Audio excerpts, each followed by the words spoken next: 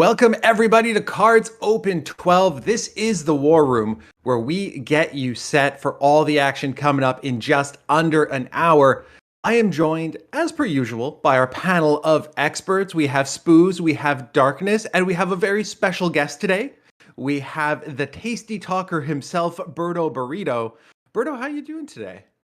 I'm doing well. How are you, Christo? I'm phenomenal. I'm always excited for some cards action. So in this pre-game show, we're going to get you set. We're going to talk to you about everything you need to know. We've got the bracket coming up here in just a moment. We're going to break down the decks with our experts here. So you are ready for the top four that's going to go down in just a few moments, where we're giving away $1,500 in cold hard cash. Let's take a look at the bracket. Let's see who is playing today. We had 114 participants come together in 2 weeks of qualifying to come down to this top four. So on the left side of the bracket, you see Tang taking on Tiger. Tang actually won the first qualifier, going a perfect 6-0.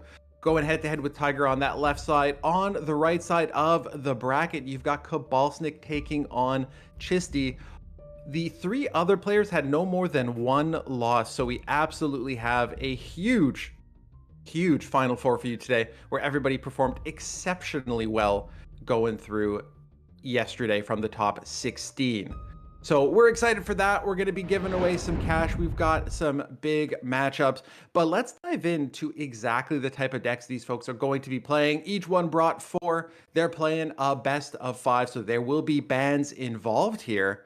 We've got Spooz, Darkness, and Berto ready to start talking decks.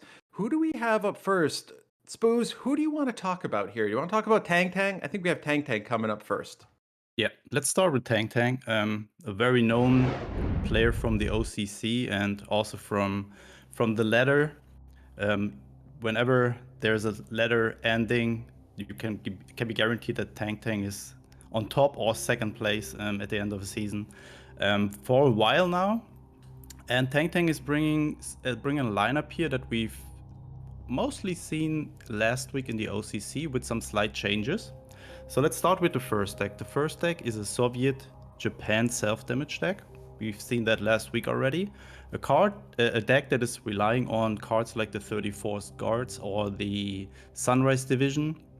Cards that have insane stats and get their cost reduced or their stats buffed when you just damage your own HQ. And therefore you have cards like Winter Warfare, Bloody Sickle, the SU that is dealing 2 damage to your own face once you deploy it. So cards that deal a lot of damage to yourself, but also give you a big benefit when you deploy heavy units later and just overwhelm your opponent with just an insane amount of big units on the board.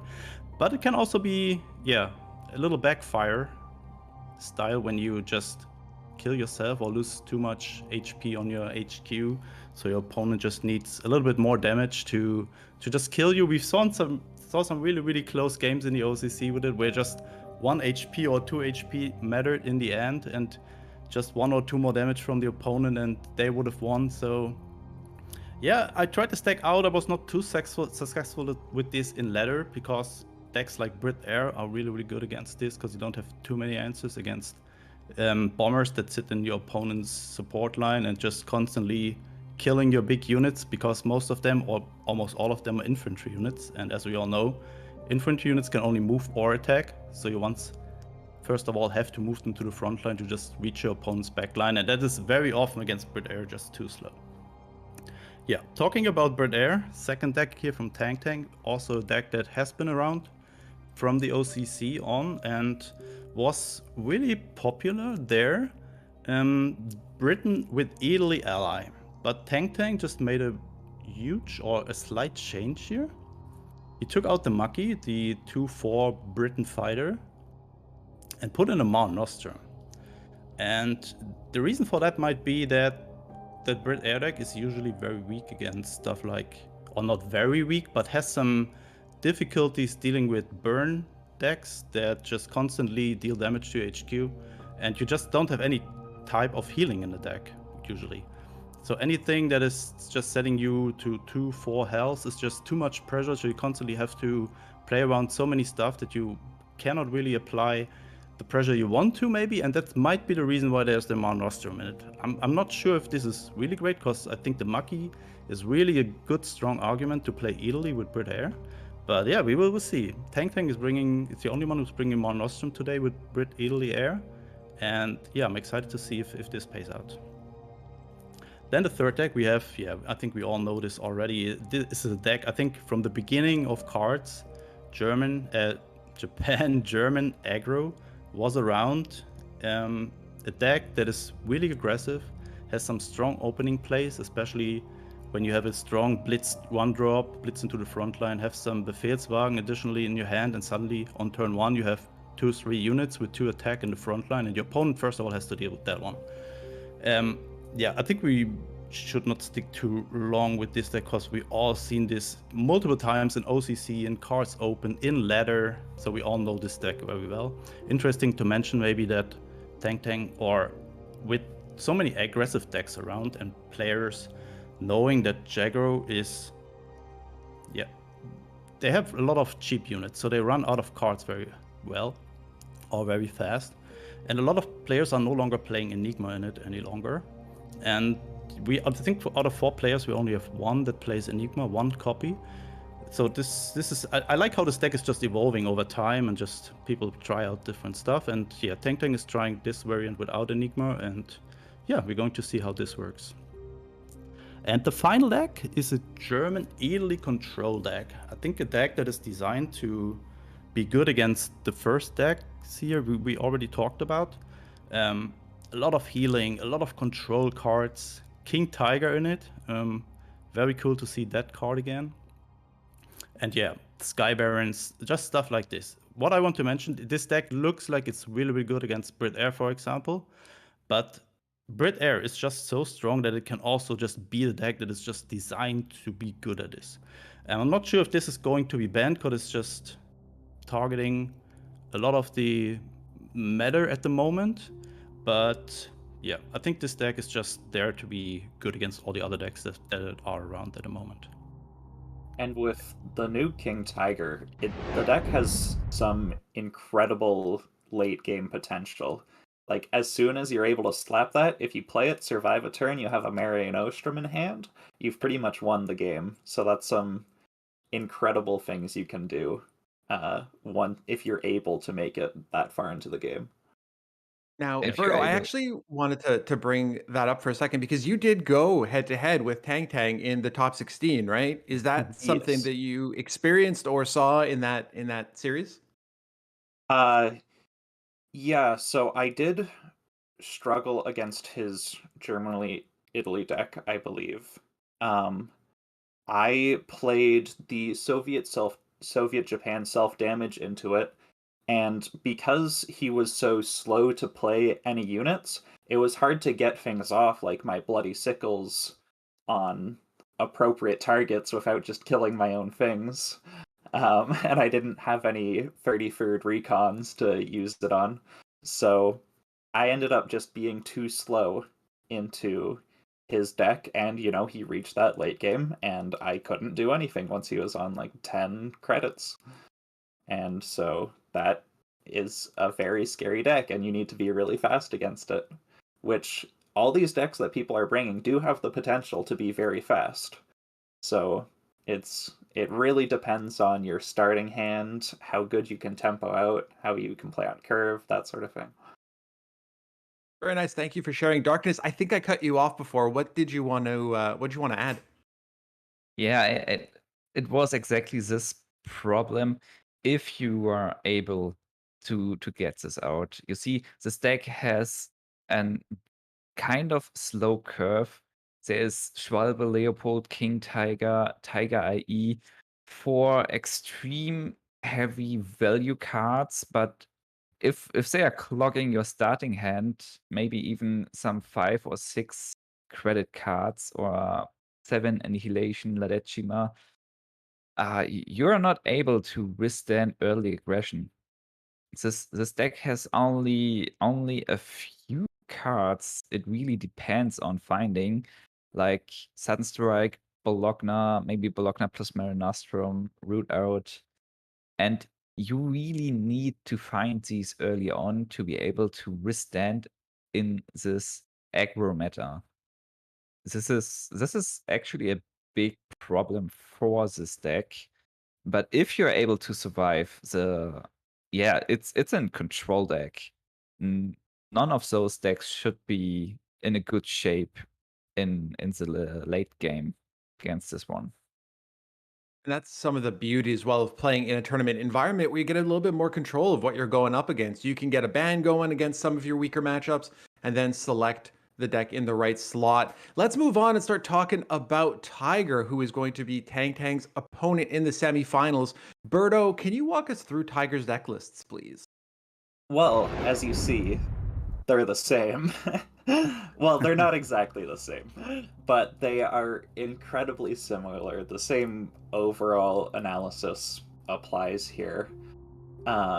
Tiger does run Matchy in the Brit Air list, which is interesting. When I played against Tang without the Machi, it was very scary in the early game, but you could see how the deck can run out of steam with 9 1-drops. Whereas Tiger, his list might be just a tiny bit slower. It's still obviously a 2-drop, it's an aggressive card, but it is not quite as all in with, building such a nearly unbeatable board on like turn 3 if you're able to go 1-drop, and then turn 3 another 1-drop and close air support, maybe 2 close air supports. So we talked a lot about Brit Air, especially last week after the OCC. There were quite a few bans. Spooz, I'm wondering, is that going to be the case where folks have learned from maybe last week's OCC, saw that Brit Air had a lot of success and go, you know what, I don't really want to deal with that this week? Absolutely. I mean, we saw, and I also mentioned it earlier, Brit Air can even count or beat counter matchups because it just has a lot of aggression early game where you have to find the answers to. And even if you find a sudden strike, I mean, your opponent, as Berto mentioned, is having 9 1-drops. And with sudden strike, you can kill one of them. And he's still having, 3, 4 potential left that he can buff with close air support and just overwhelm you before you can find your answers. So Brit Air is always, I would say, a safe pick to ban. And yeah, you can have all the answers in the world in your deck. If you don't find them against Brit Air, you can't do a lot. Absolutely. So we've got Tang taking on Tiger in the first semifinals. In the second semifinals, we're going to have Kobasnik going up against Chisti. Kobasnik had a heck of a route to these semifinals, going head-to-head with J King and Vinny. So put in a lot of work and is going to try and take home the lion's share of the $1,500 prize pool. Darkness, I know you were really excited to walk us through Kobasnik's lists. Can you give us some insight, please? Yes, of course. Let me introduce you to Kobasnik and his decks. Well, as you know, Kobasnik is a veteran of this game. He's playing this game for a fair long time, and he's very active in the esports scene, and he got definitely some victories, some prizes. Not a title yet, but he was 3 times in a row in the final of an KARDS Open. He made a nice amount of prize money. And I believe from this perspective of being a long-term KARDS esport player, and as this perspective, you have to look at his lineup. Of course, J Aggro and Brit Air are constants of KARDS esports, and he's really looking at solid decks. And this is what brought him through the qualifier and the top 16. But Brit Air and J Aggro, we already talked about this. Everyone else is using it. But his 2 decks are unique and completely out of the meta. So let me introduce you to them and explain you why they are so successful for him. The first unregular deck is Soviet US Artillery. So there are some people who are really hating artillery. For example, every big ban, he's complaining constantly about this. And there's a reason why. Artillery, as the name suggests, uses a lot of artillery units. And this type is using a lot of cheap artillery units, like the 37mm anti-aircraft gun, 1 credit, the 45mm anti-tank gun, 2 credits, and the Katyusha. Everyone hates the RNG of this. And with some recent additions, the 52K, it's a 3 credit artillery, 2 stats, and with a deployment effect, deal 4 damage to target enemy air unit. So this is the baseline of this deck. And there were 3 months where last year where this deck was all over the meta and destroyed everything else because of the huge burn potential. And during this time, this deck completely shut down J aggro and other decks like German tank deck, even Brit Air, just because of the nature of those artillery units. You see, you're playing those little units, you are able to increase the cost of the weird Brit Air units, and you're just killing other small stuff, like J aggro, for example, but your artillery units will survive, and then you're able to buff them and get more damage, and you're just destroying those little units. The opponent ascending during the early game, during turn 1 till turn 4, and although this is not meta at all, Kobasnik went back to those roots of KARDS esports, of KARDS competitive, and is bringing just a very strong, very solid deck. What is looking great here? Well, overall, we are seeing one player is bringing 1 anti-aggro. Both Chinese players are bringing this control deck. Kobasnik does have 1 ban. Maybe he's targeting them to protect his artillery deck. I don't know. But this is why Kobasnik is here. He is a little bit playing anti-meta here, just looking for very strong decks overall, and is choosing them while being aware of the meta, what is being played, what could be strong against it. This is the first deck. This was fairly obvious to me. The second one is a little bit more interesting, in my opinion. It's not that clear like artillery. When I first saw this, it was like, why didn't I thought of this earlier? Why is no one else thinking about that?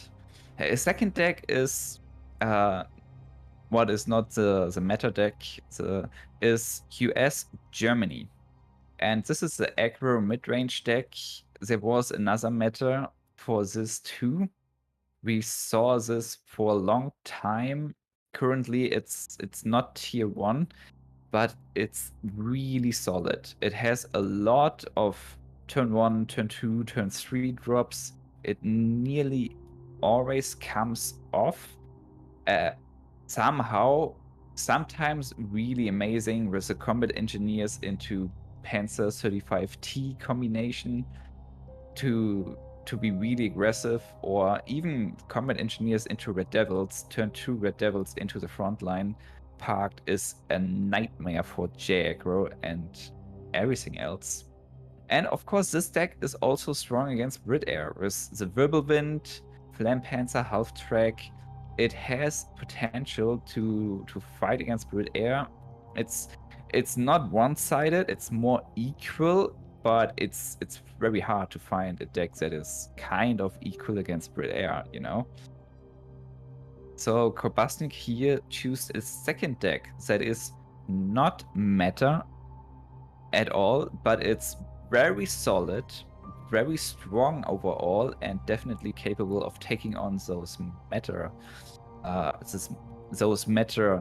decks. And this is a very strong ability Kobasnik has, based from his experience in multiple tournaments and multiple top stages of tournaments. So I'm happy I will cast this matchup to see his decks in action and his playstyle, and I'm looking forward to it. May I also mention one more thing about this deck? He is using a variation which runs Blitzkrieg, which gives up a little bit of consistency, but has such potential, especially against those control decks, like the Germany, Italy control. As we said, once you get to the late game with that deck, it's really hard to win. But with Blitzkrieg, you can get 3 or 4 units into the front line by, turn 4, turn 5 before they can do much. And if you get that off, then the game's already over and you don't have to worry about their late game. It's a single Blitzkrieg, and he's using single other card that has late game potential, US military research. Manhattan Project, when this comes in, I played I don't know how much I faced this deck, but even if I thought, yeah, it's in the late game, I'm good. And then the other player formed the military research, went to Manhattan Project, and I was like, yeah, fuck it. There are so many guards, but they are nukes, and I'm dead. So there are only a very few cards that really scale into late game, like Blitzkrieg or the research, but you can't underestimate those.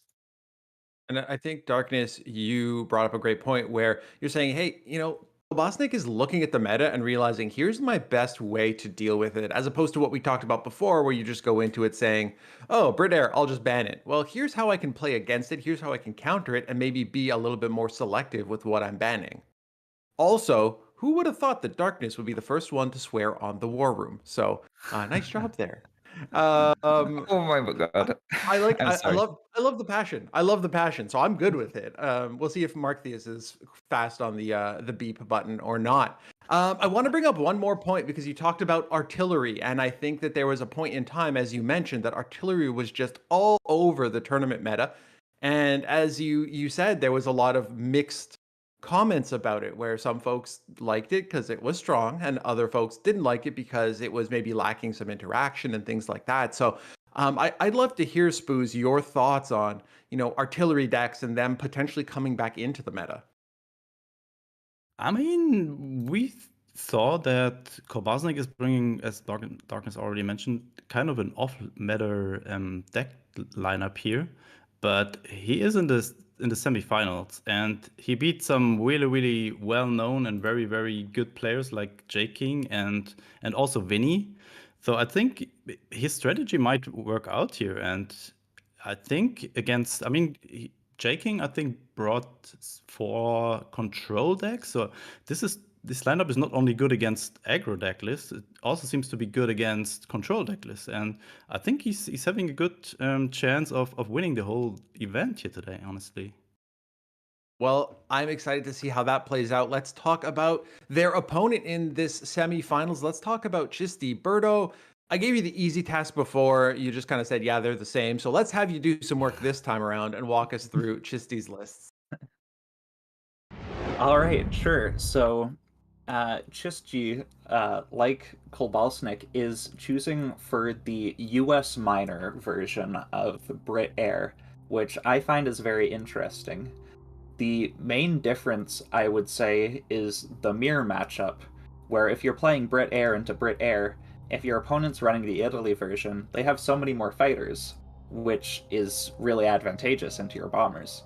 So, but in a tournament setting, you have the option to brand your opponent's Brit Air deck, which I think might even make Britain US minor a little bit better, because you have the Greyhounds, which are such an incredible card when you're building a backline strategy. You're able to make them into 2/4s with close air supports. It's really an amazing deck, and we saw it completely taking over the meta just, the past month or two. They did lose United We Stand, which was a super powerful card, but the deck still very much holds up, and I'm excited to see how this Brit Air performs compared to the Britain-Italy version.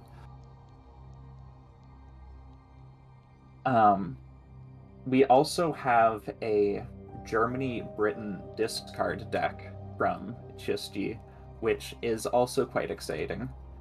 It's even debatably stronger than the German-Italy control sort of deck, where you give up a lot of the healing, but you get to control your opponent's hand, you get to slow them down, and even against other control decks, sometimes you're able to just lock them entirely out of the game with your denial of their resources. Well, We Now, Berto, especially wait. I yes. just want to add, we completely saw that in the last OCC against Japan aggro player who played Feint Retreat and then just was completely shut down by U16 into U16 into Wolfpack into Admiral Hipper. For 4 turns, they did not draw a single card, and that was just so hard to watch. And I cannot forget this moment when I felt the frustration of the opponent there for not drawing a single card for 4 turns and just see how you die. And yeah, a deck that is really, really good for controlling your opponent. Oh And I was- yeah, I remember that. I'm sorry, Christo. No, I you're keep good. You're interrupting good. you. Yeah, I feel like well, we saw 2 German Italy control decks, but this one is a real anti-meta deck. It feels like a designer deck. Everyone is bringing J-Aggro, everyone is bringing Brit Air, but Chisti is bringing this anti-aggro with so many discard, draw deny, anti-aggro, and he's even using 2 fortifications, 2 Seaforce Highlander, 1 Sky Barons, 1 Fog of War, 1 Grenadier Guards. I haven't seen them in a long time in competitive. 2 times Carpet Bombing. It feels so bad for an aggro player to run into this deck. This is definitely one reason why he was able to survive this meta and reach the top 4. Personally, I would ban this from the other guy's perspective. Maybe Brit Air is too dominant that Brit Air is getting banned. We don't know yet. But I don't know if I want to see this in action. Sure, it looks well designed and it's always fun to witness and well-designed plan working. But yeah, the frustration that Spooz mentioned not being able to do something for 5 turns, although you already played Frightened Retreat, that really hurts and is painful to watch. Now, Spooz, thank you for letting me speak, Darkness. Spooz, you made this big, bold prediction about, Kobasnik potentially making it all the way here. Seeing their first round opponent, Chisti's list, do you still feel the same way? Do you feel like some of that anti-meta piece might work in and kind of give Kobasnik a hard time? What are your feelings now that you've seen both sides of the story? Yeah, honestly, I'm a big fan of Kobasnik. He is around in cards competitive for, I don't know, since I can remember. And he's very, very experienced with the game. He knows how to play it. He plays maybe some off-meta decks, but I think he knows absolutely how to pilot them. And I think he already played them so many times that he could wake him up at 3 o'clock, and he's just showing you how to play this deck against any matchup. And yeah, I think I stick with my prediction there. Kobasnik is bringing it home today. Well, we're going to find out exactly who is going to take home the championship of the KARDS Open number 12 in just a few moments. The 4 of us will be joined by Big O, Ollie himself, calling all of the action for these semifinals. We'll have the 3rd place. We'll also have the finals for you in just a few moments. So go ahead, refresh that drink, go grab some snacks, and we will be back with you in just a few moments for all the action of KARDS Open number 12.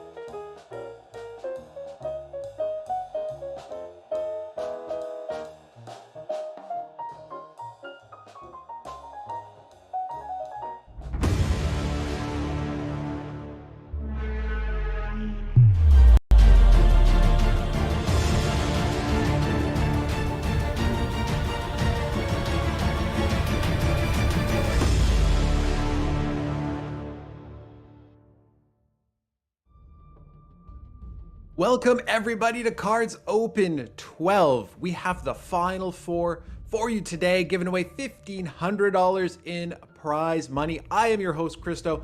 I am joined by the one, the only Ollie. Now, Ollie, you were in an unusual spot today. You weren't a part of the War Room, part of the pregame show. So, you know, I want to know all about how you're feeling coming in to this Final Four. Well, I'm feeling as great as I always do whenever there's a cards tournament. This Open is looking like it's going to be an extremely fun one. It's going to be action-packed. We were seeing a lot of aggressive decks coming in. And I think that's always fun. The Soviet self-damage deck, it can lead to some extremely fun situations, right? Where the Soviet self-damage deck looks like it's really dominating early on, but then all of a sudden it's pretty much killed itself, and then, you know, without any kind of warning, you lose the game despite having like 40 attack on board.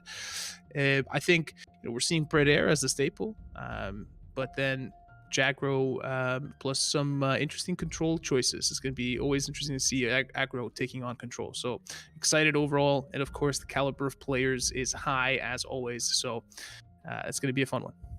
Absolutely. And you know, you're talking about how excited you are about this event, and I just love the passion that you always bring. As the clock is literally counting down and we're 3 minutes away from going live, Ollie is sitting there saying, I hope I can finish this game in time. Did you manage to pull that one out? It's done. No, I lost. Credit to my opponent. But you were playing against Bread Air, right? Just goes to show what we were talking about in the pregame show. That might be the ban across the board. Might just be easier to not have to deal with it. Yeah, I mean, I was playing Soviet self-damage against Bread Air, and you don't have the pace to really keep up with the bombers if more than one bomber comes out and you don't find your Red Dawn. So yeah, it's going to be I think it's going to be a popular ban today. That's my prediction, at least. What are your thoughts on seeing a little bit more artillery come back, and, you know, Kobasnik bring in something a little bit different, a little blast from the past maybe to this event today? I think artillery is always fun. I know a lot of people, well, not a lot of people, I know some people don't like artillery, but I feel like artillery is one of those units that make cards unique, along with the kind of frontline and range mechanics. So I think artillery, and whenever it finds kind of a good strategy around it, it can be a little bit kind of dominating, but I feel like over time players have gotten better at dealing with it in general, understanding like where to prioritize damage, what units they have to get rid of once they hit the field. So it's going to be interesting to see how it performs now after kind of being in hibernation for a little bit. I think that's part of a lot of these matchups. You know, you aren't sure how to play against it, you figure it out, you start being able to compete with it, and then it goes away. And now we're going to see it come back, and we're going to see how that plays out. While we're speaking of these matchups, why don't we go ahead and bring up the bracket? Just a quick reminder that the entire top four will be bringing home some dollar bills. Fourth place gets $200, third place $250, second place $450, and first place $600 US. Fifth to 16th place actually still walks away with some gold. So nobody left the top 16 empty-handed. On the left side of the bracket, you've got Tang taking on Tiger, two country mates going head to head. Very similar deck lists, very similar matchups. So going to be interesting to see how that plays out, how some of those mirrors play out. Anything specific, Ollie, you're thinking about with that Tang Tiger matchup on the left side of the bracket? No, not really. I'm just I'm looking forward to that matchup. I think these are two players that are, you know, consistent in making it. I mean, we don't see Tiger grind the ladder that much, right? So we don't see him in OCCs, but he's kind of almost always making it far into the kind of end game of opens, which I think just shows that, you know, he's an extremely talented player that maybe just doesn't have the time to grind the ladder as much.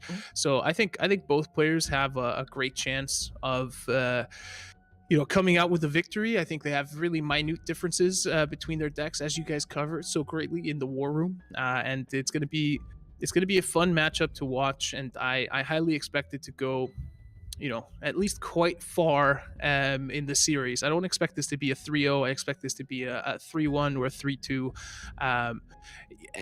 The 3 falling on either side, right? I can't predict that accurately. I can't. don't feel confident calling one player the favorite here.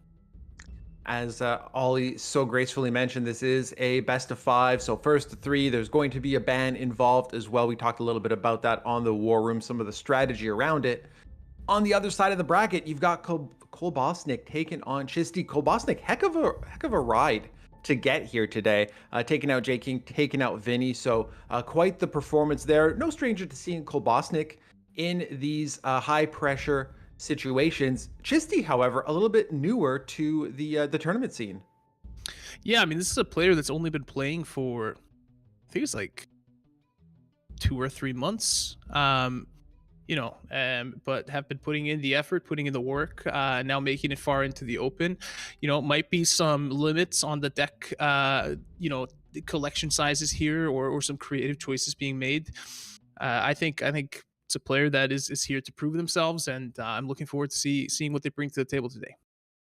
And I think, we've talked about this many times, just talking about KARDS esports in general, where the opens like this are such a great opportunity for folks like Chisti to test their mettle in an environment like this. Somebody like, Tiger, who maybe doesn't always have the opportunity to grind ladder to make it to an OCC, but they can still show up for events like this, compete against some of the best, and walk home with a little bit of cash in their pocket as well. Yeah, and I mean, we do plan on upholding the tradition of OCC winners and Open winners also qualifying for the top 128 in the World Championship. As we are approaching and have hit the midpoint of the year, it's time to start talking about the World Championship in the end of November, beginning of December. So I think this is also a good chance to just kind of get your foothold in the competitive scene and be in with a 1 in 128 chance of being here in Iceland in person, competing for $10,000 in an extremely unique setting that not a lot of people get to experience. And I think it's great that you pointed out. I mean, 3 out of 4 players here are players that we don't see in the OCC all that often, right?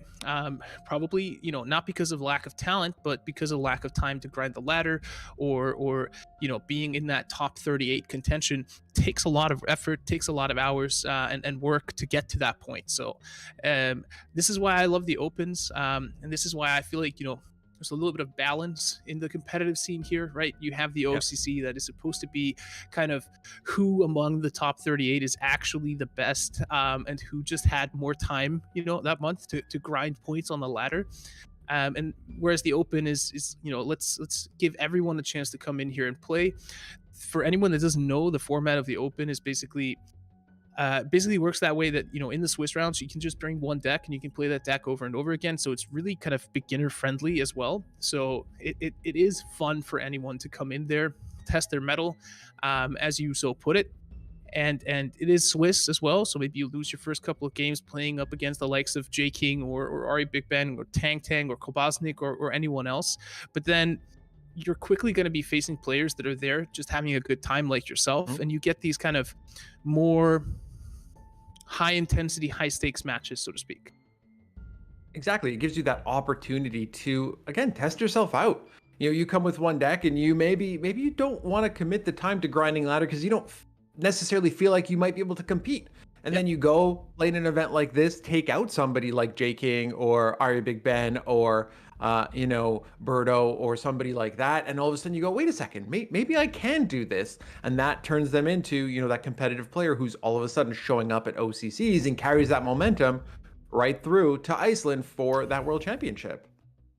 Yeah, I mean, if you think about like Viabator, right? Like in last year's World Championship, I mean, he came out of nowhere. Right. Of course, I mean, he was an old OG player. He was really talented in the game, but he just came out of nowhere to make it to the top 4 and make it to Iceland. Bison as well. I mean, he's not a guy that we would consistently see in all these events.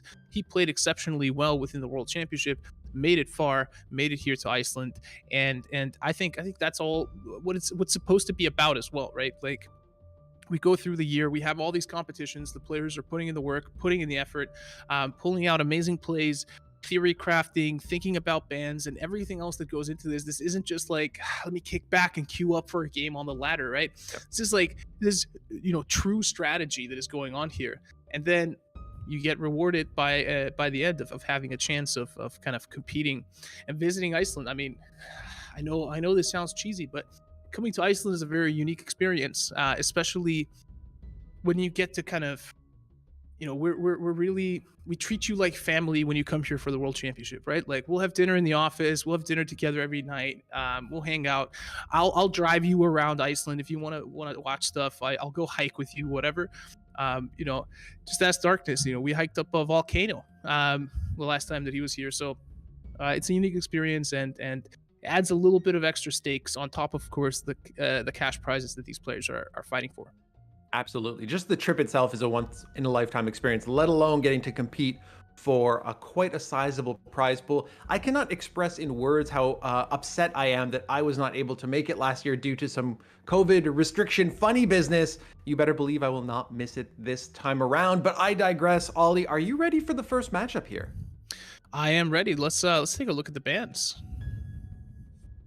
And not only let's take a look at the bands, but let's get me out of here because you don't want me talking about the play-by-play. You're going to have a much better co-caster than myself. So I'm going to kick it back over to Ollie on the other screen, on the other side, with somebody else who isn't me.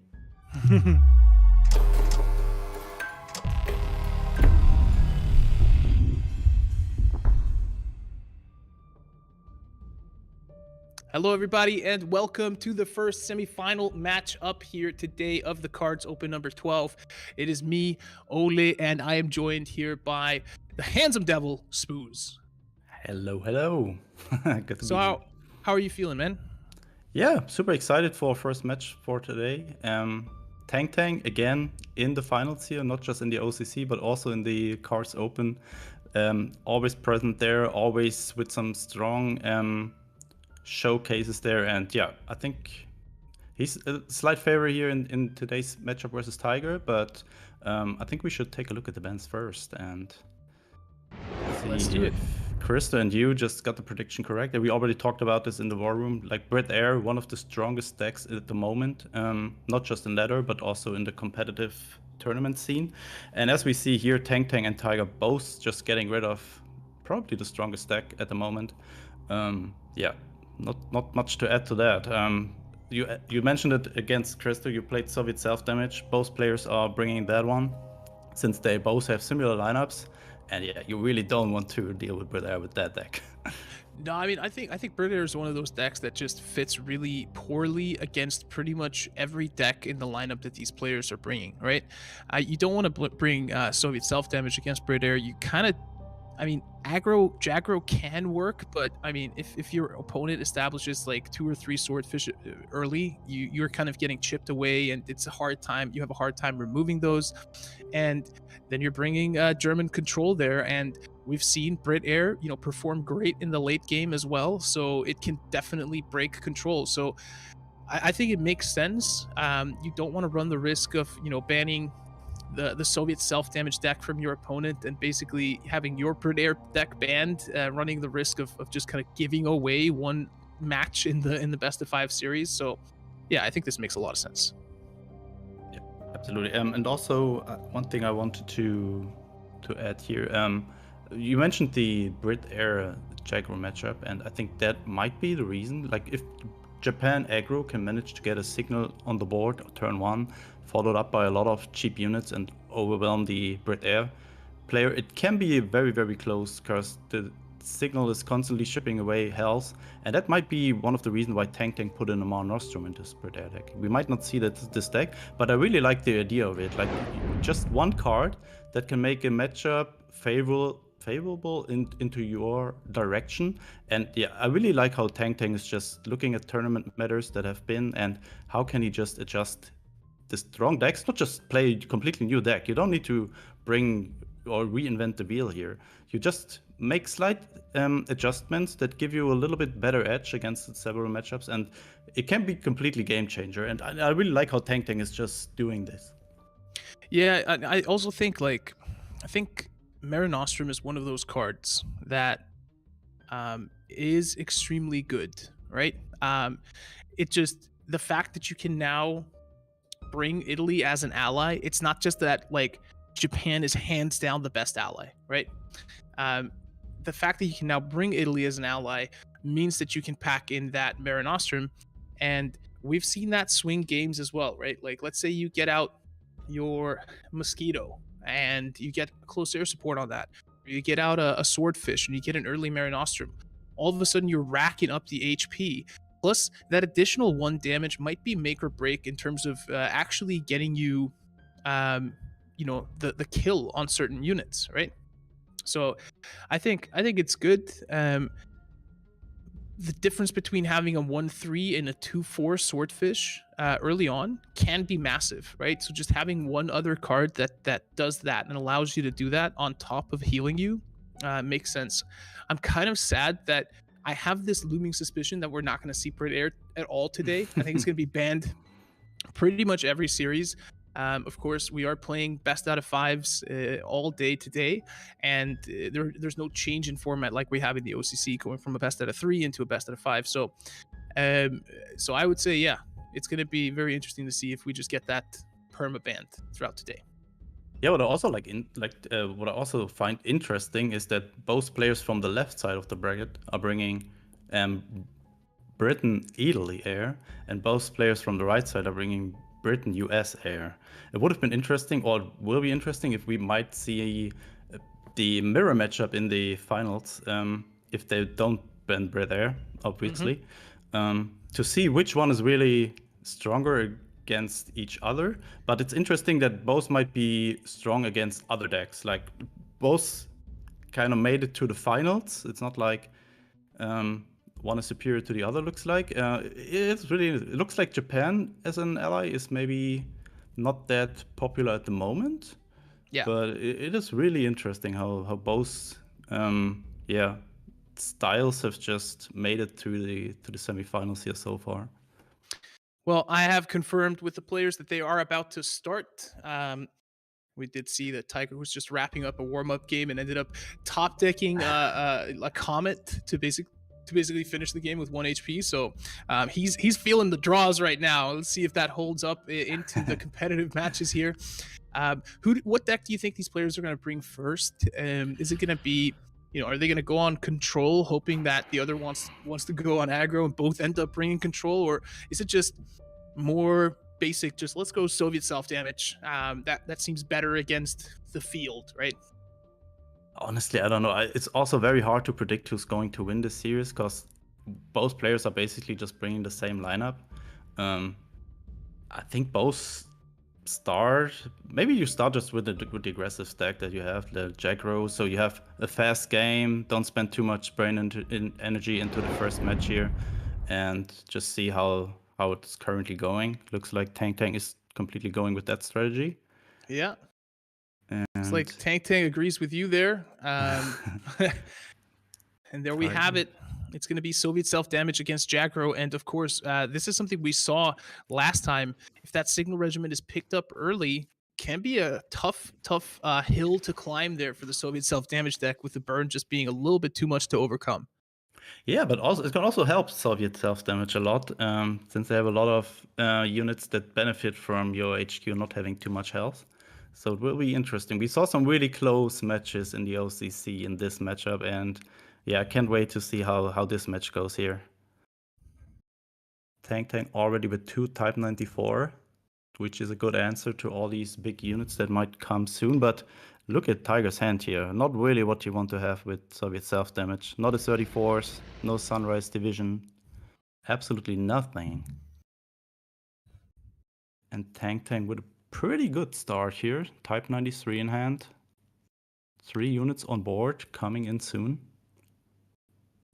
Yeah, that Type 93 is, of course, really important here. The fact that it can just buff that Bicycle Regiment in the front line, make it deal 4 damage.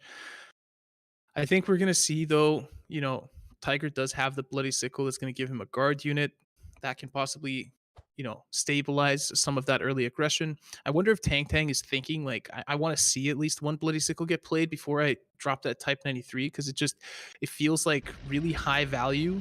And yeah, opting to go for the other Type 94, which I kind of like, having something to for 2 credits deal with whatever gets buffed up in the backline there from Tiger. Yeah, also good choice from Tang here not to attack phase and give that guard +1/+1 and guard. Sure, it's dying to the sickle now, but you don't want to give it unnecessary buffs.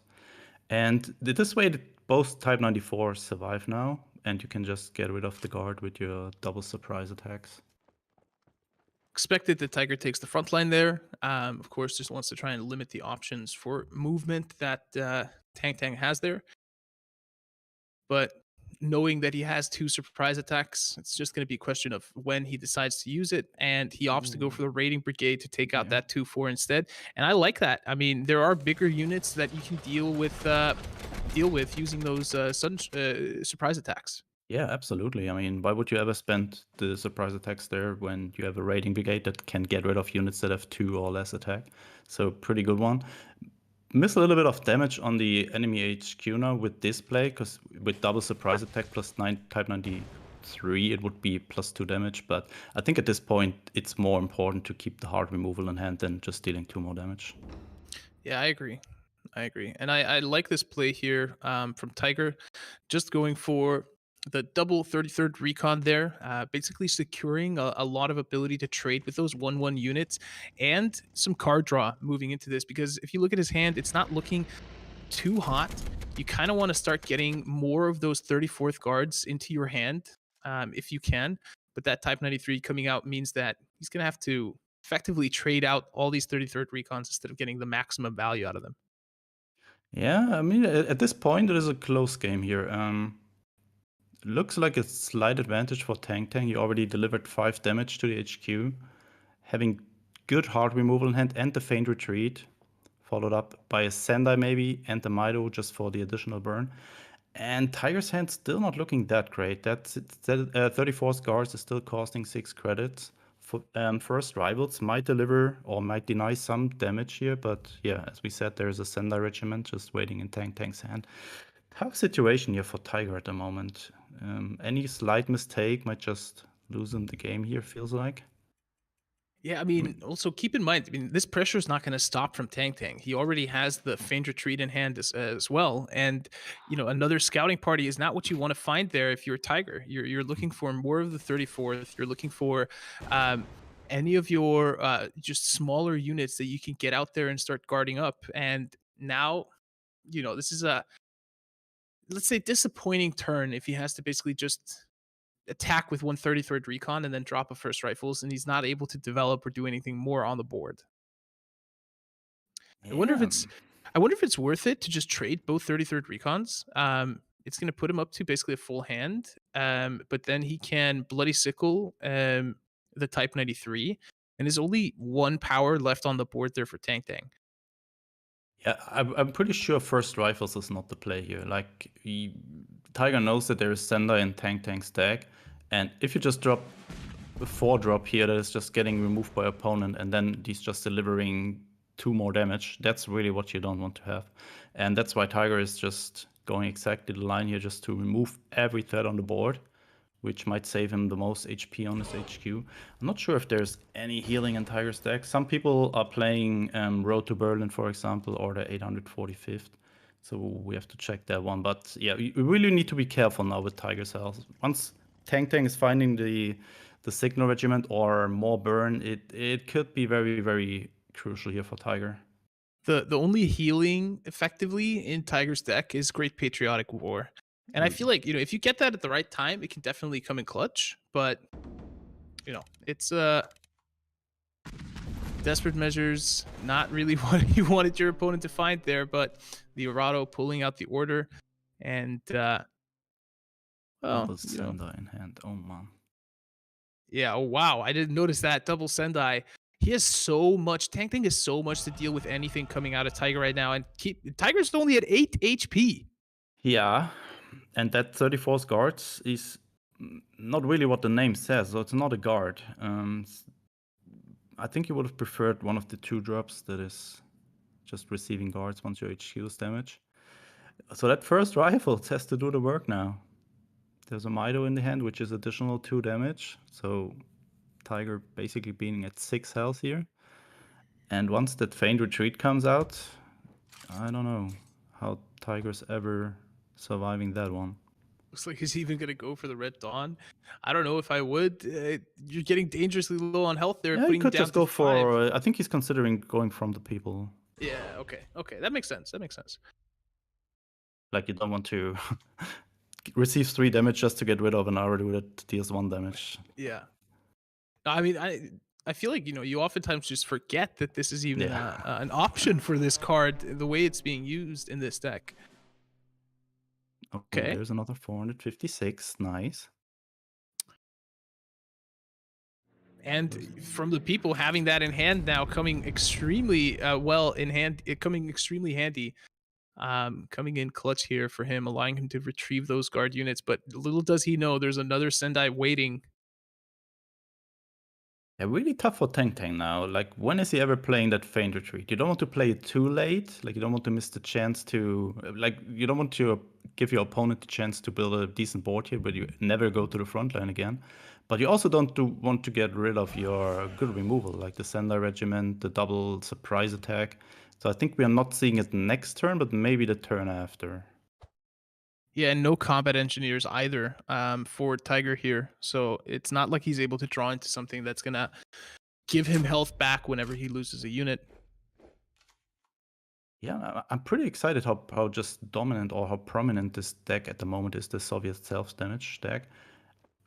I feel like it has a lot of weaknesses, and yeah, I think we just see one of those weaknesses in this match. Once you don't get your 34 guards, you don't get your 456, it is hard to ever come back and gain back board control.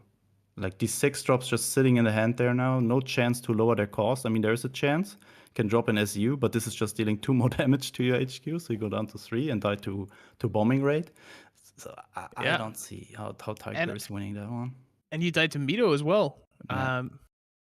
I mean, and with Tang the just found the there. signal regiment, right? So even harder now to and Tiger not having any answer for that. I mean, Tang can basically suicide all 3 units in the backline and win the game at this point. So, and that BT is not guarded, right? So he can attack. He can drop the signal regiment, attack into the BT, and that's going to be game right there. Yeah, can just, as you mentioned, just sacrifice all of his units on board and just win. Or just drop the mic, though, additionally. So, Tang with a 1-0 lead here. So usually, I think this is a closer matchup than we actually saw here. Tiger with a really, really bad starting hand. Only found orders, not really any good units. Yeah. And that's why Tang is just taking the 1-0 lead. Nice. Yeah, Tang 1-0 up here against Tiger. Does not have access to his Jagro deck from now on, though, so I do expect him to bring the Soviet self-damage deck at this point. Yeah, we just see it switched around now. Exactly. And I think Tiger spotted that. I think he went like, I'm going to avoid the mirror here. I'm going to try and get that win back instead of trying to give him a 50-50 flip to get past his Soviet self-damage deck. Yeah, and that's what you really want to avoid, right? You don't want to have mirror matchups where it just depends on who's having the better starting hand or who's having the better start in general. You want to play it out differently, and we just see this exactly here. So Tiger with a good start this time, but also Tang with a decent starting hand. Your first rifles, Red Dawn, and also the Winter Warfare, which is really good against Jagro with all their 1 HP units. And Tiger's having 3 of these in hand. 15's Cavalry, Type 94 and 93. Yeah. Not the greatest starting hand, honestly, or the greatest hand. Like, what can you do when you just spam 3 units out here and your opponent is playing Winter Warfare? You're stuck with an empty board with a Sendai Regiment in hand. Yeah, that's true. That was a sickle. Oh, I like to see Yamagata Regiment. Sendai not really synergizing well because it's just a little bit slow, but 2 credits, 2-3 with 0 operation cost. Still, it looks strong. And Tang again with a really good hand here. 33rd has great synergy with the Winter Warfare, but also with the sickle. Can just give you double draw. Looks like we're live. Oh, cool. Yeah, we are live. I was just sending that message and I accidentally did it twice. Ooh.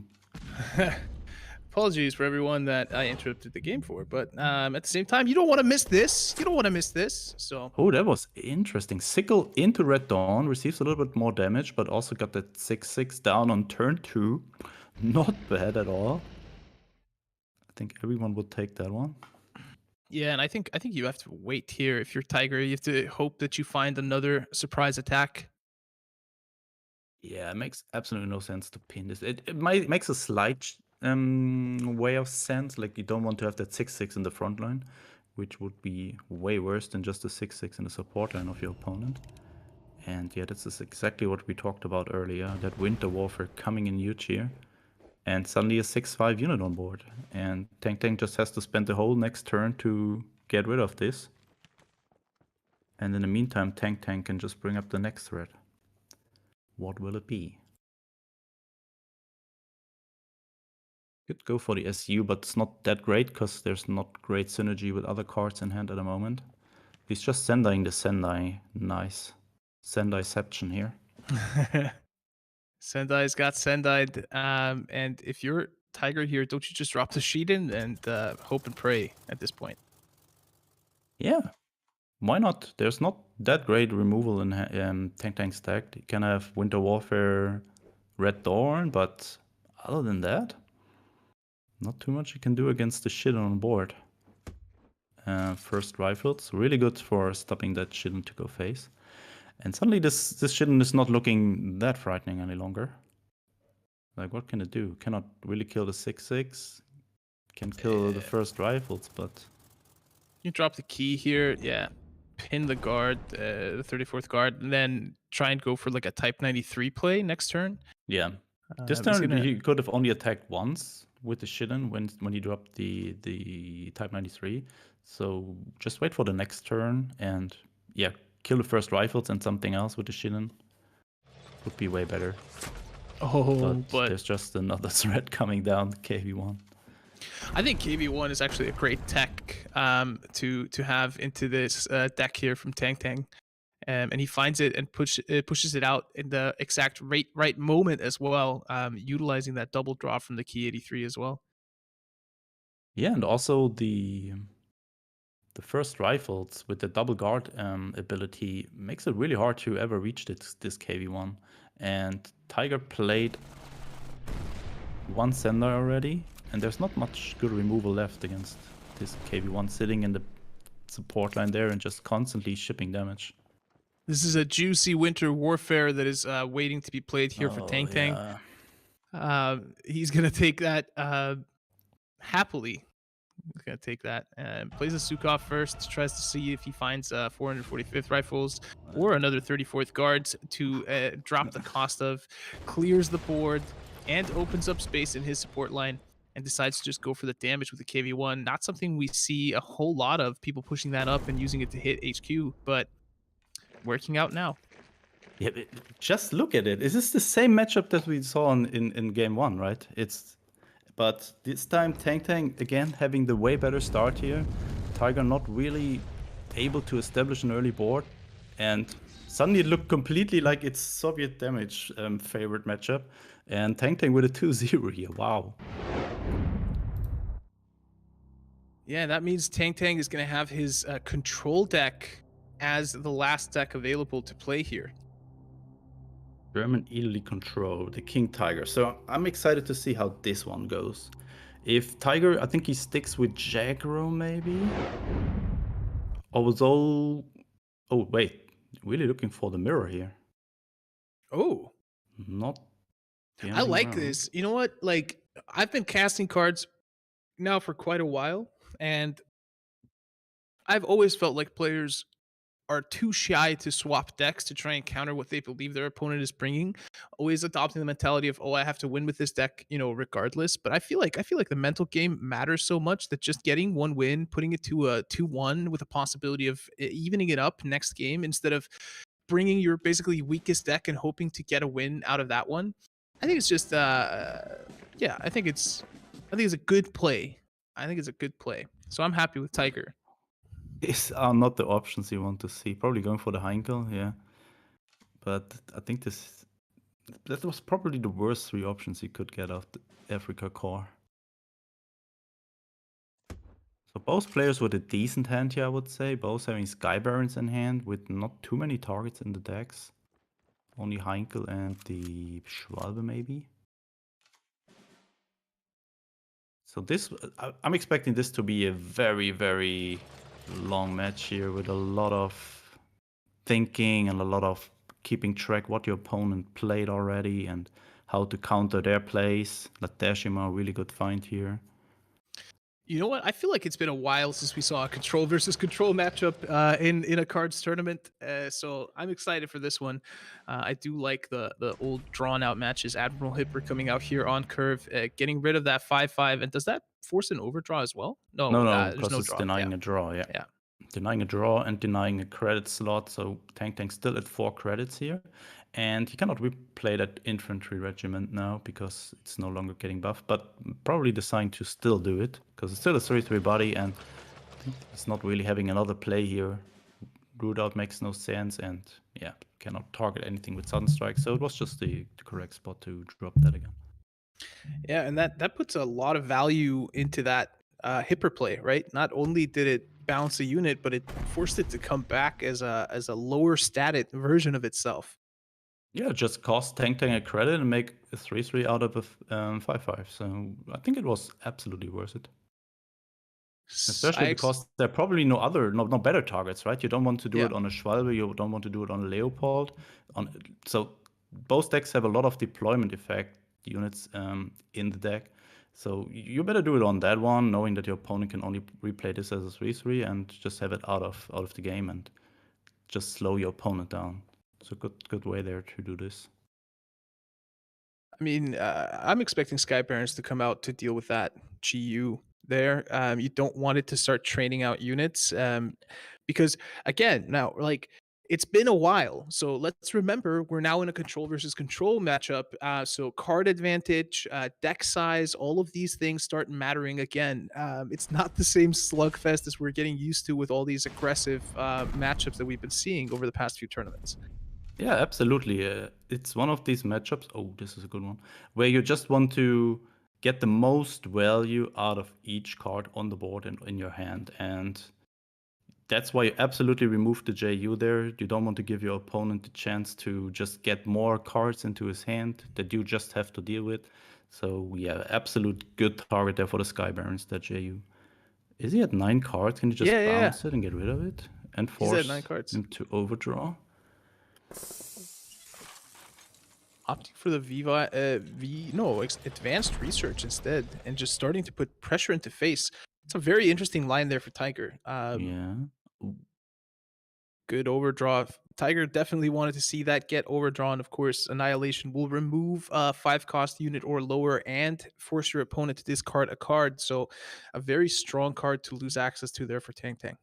Absolutely, and I think you can actually agree with that play to not bounce the 3/3 with the Panzer IV, because Tang was already overdrawing, and sure, it gives you a 5/5 body on board, but I think it can also be very stronger later in the game when your opponent is, for example, playing a JU, and you can just bounce it with a Panzer there. So I think it was a good pick to just keep it in hand and use it later on. But yeah, that Annihilation, that really hurt to lose that one. But still having one in hand, luckily. What do you pick here if you're Tiger? Do you take the Mare Nostrum or do you take the Wolf Pack for like 2 back-to-back turns where you're denying draws and discarding? I think I would always pick the Wolf Pack there. Like the Mare Nostrum is not really doing a lot at the moment. Both players basically just at full HP. And I think it's not about just dealing damage in this matchup. It's just about, just get your opponent's card in hand just low enough to just play Wolfpack after the Wolfpack and just make him suffer from that one. Decides to go for the Aradu. Okay, that was an interesting pick. Oh, why research gone? That was not great. No, you hate to see it. Yeah. I mean, basically just every target. Besides Sky Barons would have been a good target there for the Wolfpack. So very interesting that the Tiger did not do the same there. Like Tang had an empty board. Why not just play a Wolfpack and just make him lose resources there? But yeah, I think Tiger definitely had a strategy here. Decides to go for... From the deep. Strong there. Deep. Okay. Okay, that's a very good card. I mean, again, like we're now seeing a control matchup, and in the control matchup, pretty much every card is a good card to So you hate to see anyone lose anything, especially if it costs above 2 credits. So And Tiger's hand just starts to look worse and worse now. Only the Decima, the only card with real value. Not even activating the from the deep there. oh, he Yeah, might not- actually he might Yeah. get the decisive defense off here because of the Heinkel top deck there from Tang. A risky order there from Tang. Not protecting the Panther G against the from the deep. Did he just know that this was just the decisive defense? Wow. Really interesting. Should have checked with the one first, right? Oh yeah, of course. Huh. Interesting. But Ledechima is in hand to deal with that Panther for Tiger. Yeah. Easy removal there, and this is just a no-brainer there. Get rid of the Panther G. You don't want to have a Panther G in the front line with Mon Nostrum on it, for example. Like, this would be the absolute killer there for Tiger. But also Tang's hand, not that great. JU, good find there. Expected to be played, honestly. Yeah. Oh, if you could get a free JU here, but we all know there's a Sky Barons in Tiger's hand. Yeah. And I mean, I have a feeling, these Sky Barons, of course, they're there to deal with Brit Air, but there's a part of the reason they're there is to deal with these GUs. They can be absolutely painful to deal with. I know, at least for me personally, this is one of the least favorite cards to see your opponent play for me. Whenever I see one of those GU come out, I'm just like, this game's gonna be over if I don't have the ability to deal with it immediately, because he's just gonna start cloning all my good units and running them straight back to me. Yeah, especially because there are not too many orders to just get rid of it, and you don't want to trade units into this, because this just gives your opponent more cards in his hand. And yes, Sky Barons is just the perfect answer for this. Is this gonna be back-to-back King Tiger turns, Spooz? Is it gonna be King Tiger into King Tiger? I think so. I mean, what else can Tiger do here? He's not just dropping the 6 Alpini regiment, I guess. Just imagine sick. Tiger versus King Tiger. Oh my god. Oh, wow. Okay, the disappointment is real now. I mean, I think it's still gonna happen. It's just gonna happen next turn, right? King Tiger coming out here from Tang. Yeah, what would be a reason not to drop the King Tiger there? Like, there's not much removal. Only Leopold could bounce it, but you cannot target it. You cannot play Ladeshim on it. You cannot play Lion 4-Day on it. Why not just pick it? Dropping it now. There's 2 King Tigers gonna be on the field, Spooz. When did we ever see this? I think No. we saw one King Tiger on board, but King Tiger versus King Tiger, this is the first time. Bum, Slugfest. Wow, I'm so excited to see this card. Oh, Leopold! Oh my god. Leopold off the top. Tang running hot here today. Boom. Oh, that's so And now painful. Deshima's back in hand, but there's a King Tiger in the support line. Oh my god. And that means Tiger cannot target any of these units. What can you do? This is so crazy. What can you find there? When we started this match, I did not expect to see a Leopold dropped on a field with 2 King Tigers on it, throwing it back into hand, making Ledechima useless. Wow, that's massive. You're making half of the deck useless. You cannot annihilate any of these units. I don't know. What can Tiger find here? He can just find his own Leopold, but not this he needs turn. to find like double root out or something to get rid of the Leopold, and then he can at least guard up, but decides to just go for the King Tiger of his own. Like, is there a Comet in Tang's deck? Because then it would really make sense to just go face there. Maybe. But there's always the risk of more Nostrum, so maybe not. But also Tang cannot really get rid of that King Tiger there. Can play more Nostrum, maybe trade with the Leopold and with the King Tiger into it? I don't know. Germany, Italy, for... Oh my god, this match. Okay, so basically Tiger was afraid of From the Deep earlier. That's why he didn't drop the King Tiger. Ah, yeah, I see. That makes sense. Oh, this Bologna. That's a lot of value out of that Bologna, because now Tiger cannot reach whether Leopold nor the King Tiger there. I mean, he can annihilate, but then he cannot operate the King Tiger. No, he can't annihilate. The Bologna regiment, you can. Yeah, no, you can't because It's protected. Tiger. Yeah, oh god, this card. This is a situation that we have basically never seen before in cards, and there is danger for Tiger if he moves his King Tiger out of the support line, because then it becomes more vulnerable. But it's gonna die against that Leopold next turn either way. But he has no way of dealing with that King Tiger from Tang, and We just see Mon Nostrum on that one, and then I don't know, maybe kill the Bologna regiment, or just go face. I don't know. Really tough. Oh my god, what is he doing? Yeah, really need to play the Mon Nostrum there, but what to do? I think you kill the Bologna. I like that. I like this a lot because Get with that the animal Mare back, Nostrum, yeah. it is now out of range for that Leopold.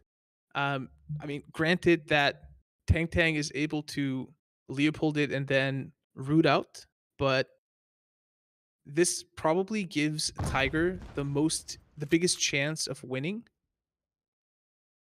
So I expect that Bologna regiment to go there, maybe. It's He's plus hoping. plus 11 healing, but you still have a Leopold and King Tiger in your support line. Don't you just root out? Looks like, but you're also just bringing your Leopold a little bit down. 3 health only. I would prefer to keep. Oh, going with that one. That's also not too bad. Okay. Did not see that one in hand. Yeah, you don't want to get your Leopold to 3 health and gives your opponent a chance to double root out. So just keep your units at full health, and yeah, look at this support line there from Tang. That Oh is my one of the God. beefiest support lines I have ever seen in cards, especially given the fact that all of them are protected from deployment effects and orders. This Wolfpack is not doing a lot. Tiger's having a big card advantage here, but he can't do anything with all of these cards. He can just deploy them, but you're just getting farm from Leopold. Yeah. I think you have to drop the 6th opinion here to save yourself some time and find your Leopold. I think there's no other out for Tiger than just finding his own Leopold. I think you're correct. He has to hope that. All right, rooting out. Root out. Also buy some time. Slowing things down a little bit. Oh my god. Tang not drawing a card because of Wolfpack last turn. Yeah, that's constantly 11 damage per turn now. I mean, he is also kind of challenging Tang a little bit to, like, if you want to develop further, you're going to have to push at least one of these units out of the support line, which might free it up for something like an annihilation. Let's say if Tang goes through the thought process now of, okay, I can push up my 6th Alpini to block the front line, and that'll still protect my Leopold and my backline, then that is target for an annihilation, and that could potentially hit an important card. But he's not falling for it, and another La Decima is not going to be enough. It's not going to be. I mean, you can play the Schwalbe. Anything there. Yeah. You can play the Schwalbe. Yeah, Schwalbe to get rid of the JU. Yeah. Also saves you. It kills on one of your opponent's units, and your opponent is forced to kill this. So it would not be the worst play there. And I think there are not any better targets for the Schwalbe to hit other than DJU there. Like, sure, the opponent Schwalbe, but I think at this spot you cannot really be picky. You have to take your chances and. I mean, he can play back into the game, Bologna and the 6th Alpini to try and put some meat on the board, but that Leopold is just staring him down. Oh man, poor Tiger here. Also, the Bologna already costing 5 credits. Yeah, and decides to go for the Schwalbe. Good decision there. Ooh, but a decisive defense from Tang, which is not doing a lot. Do you just also drop Schwalbe here if you're Tang? Yeah, why not? You can attack with a Leopold, you can drop the Schwalbe. Now you're packing, what's that, 13 damage in the backline at range every turn, and you're healing +6. Ooh, another root out.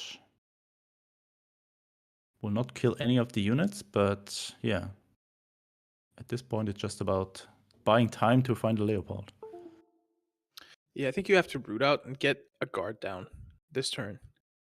But of course, there is a La Decima waiting in hand to deal with any guards that might come out. This is just a really, really tough spot for Tiger. But, you know, a Leopold could potentially swing it. But let's remember, Tiger doesn't have his King Tiger, right? And a Leopold is only going to put the King Tiger back into the hand there from Tang Tang. It's also going to bounce his own Leopold. So we could end up in some back and forth tennis style matches here. And you've already spent, you know, 2 root outs to kind of make that a less threatening backline. And then you want to reset it all by throwing it back into hand. The deployment effect of the Schwalbe and everything that comes with it. It's a tough spot. Tiger 1 could make a big difference here. Tang Tang not really having a way to kill it instantly. Has to go Leopold, Schwalbe maybe. This Tiger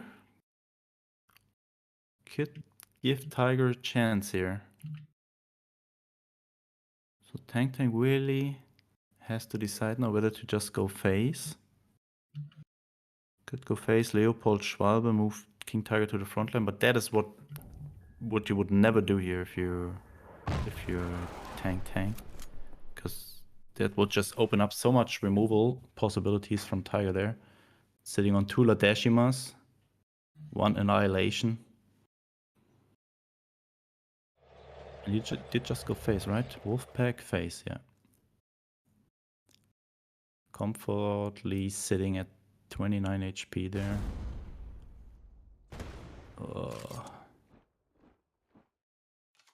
Okay, I mean, at least now Tiger is saying you're going to have to deal with this Tiger IE in the front line, right? Where did this... Where did this Bologna come from? Did he play it? Yeah. Oh yeah, okay. Just was too distracted by what the Tiger 1 would do there. And Tang Tang found the Comet. But how to deal with the Tiger 1?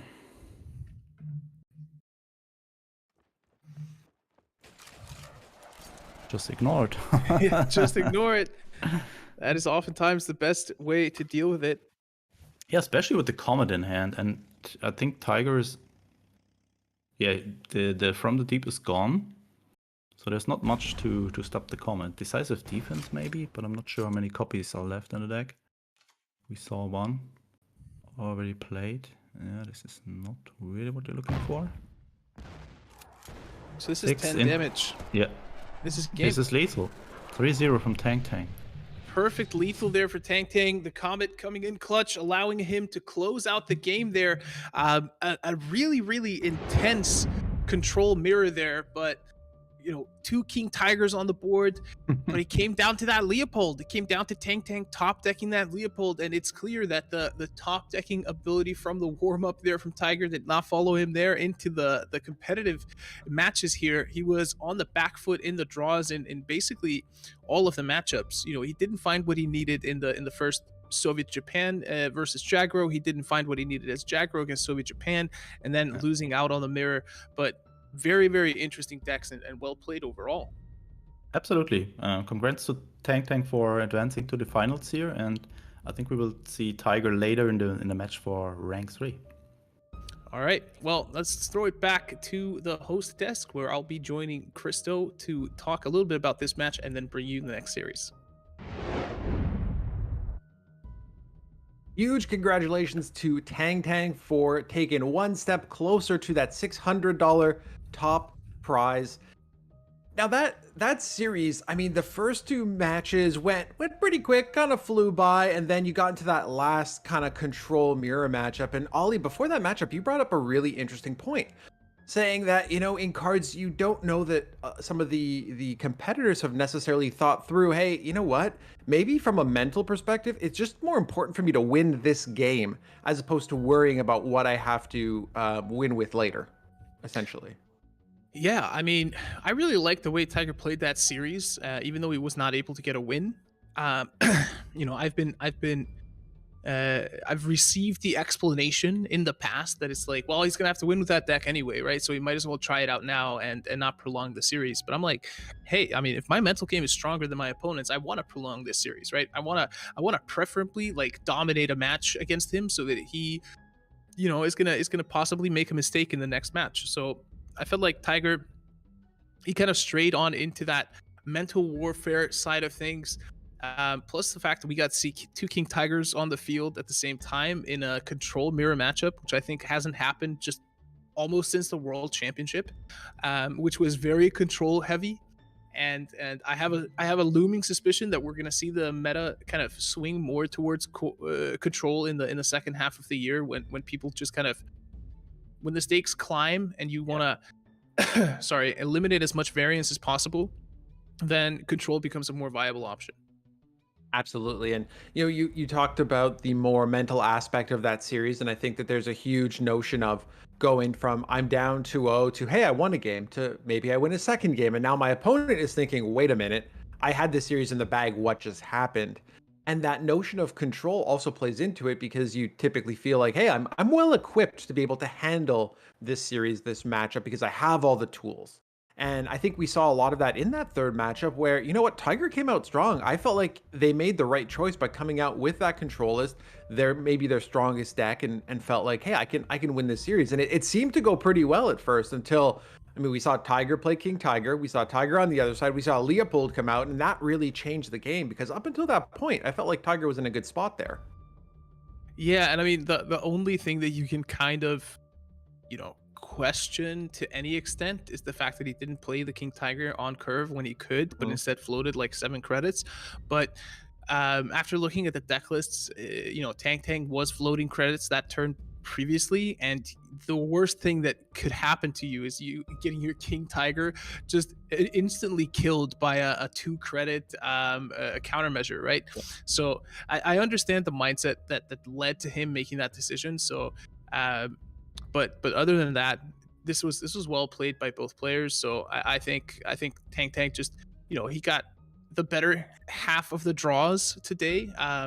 Plus, of course, he was able to make those draws count by not making any mistakes. And Tiger did everything he could to try and pressure him into situations to make mistakes. I think he made a good choice, for instance, pushing up and starting to go to face there early on, instead of kind of choosing a couple of other lines.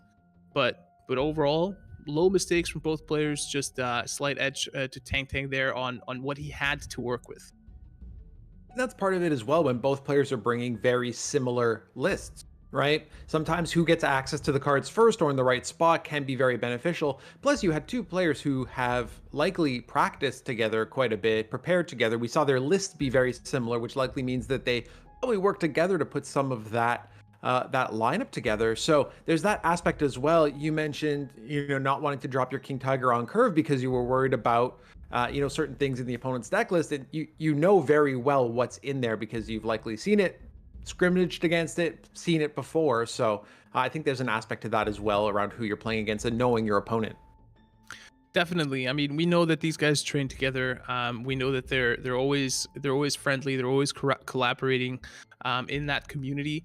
So it's not a surprise or a coincidence that the deck lists are similar, and the fact that both understand how to play against them and when to make the non-obvious choice to try and avoid exactly that. Because, man, I cannot think of a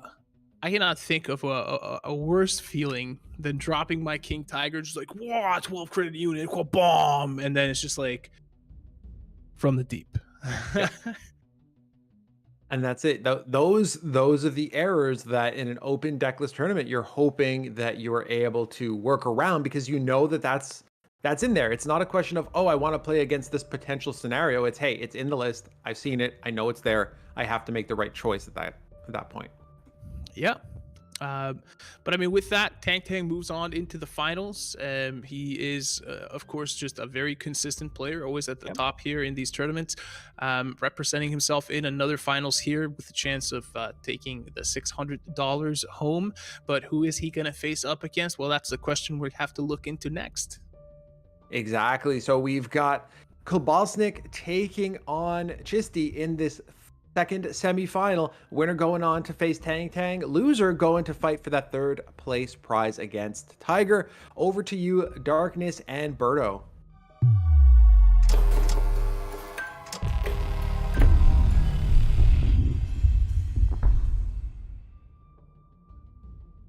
Big O and Christo, thank you so much. What an awesome, outstanding performance by Tang. Well, we are following him quite some time since we are casting his matches, but I really think he's one of the outstanding talents during the last months of KARDS Esports. Did you play it recently against Tang, Berto? Yes, I played against him in the open bracket. In the first round, I won against Tang and lost 2-3. Well, it was close, Yeah, definitely. it was close.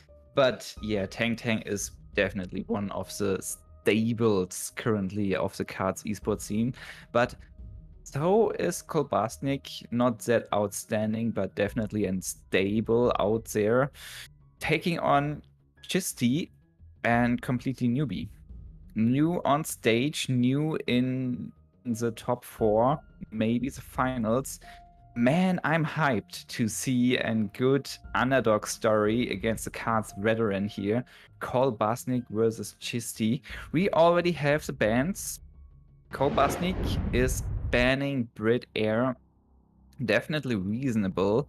But Chisti banned US Germany. The deck that is definitely not meta at all.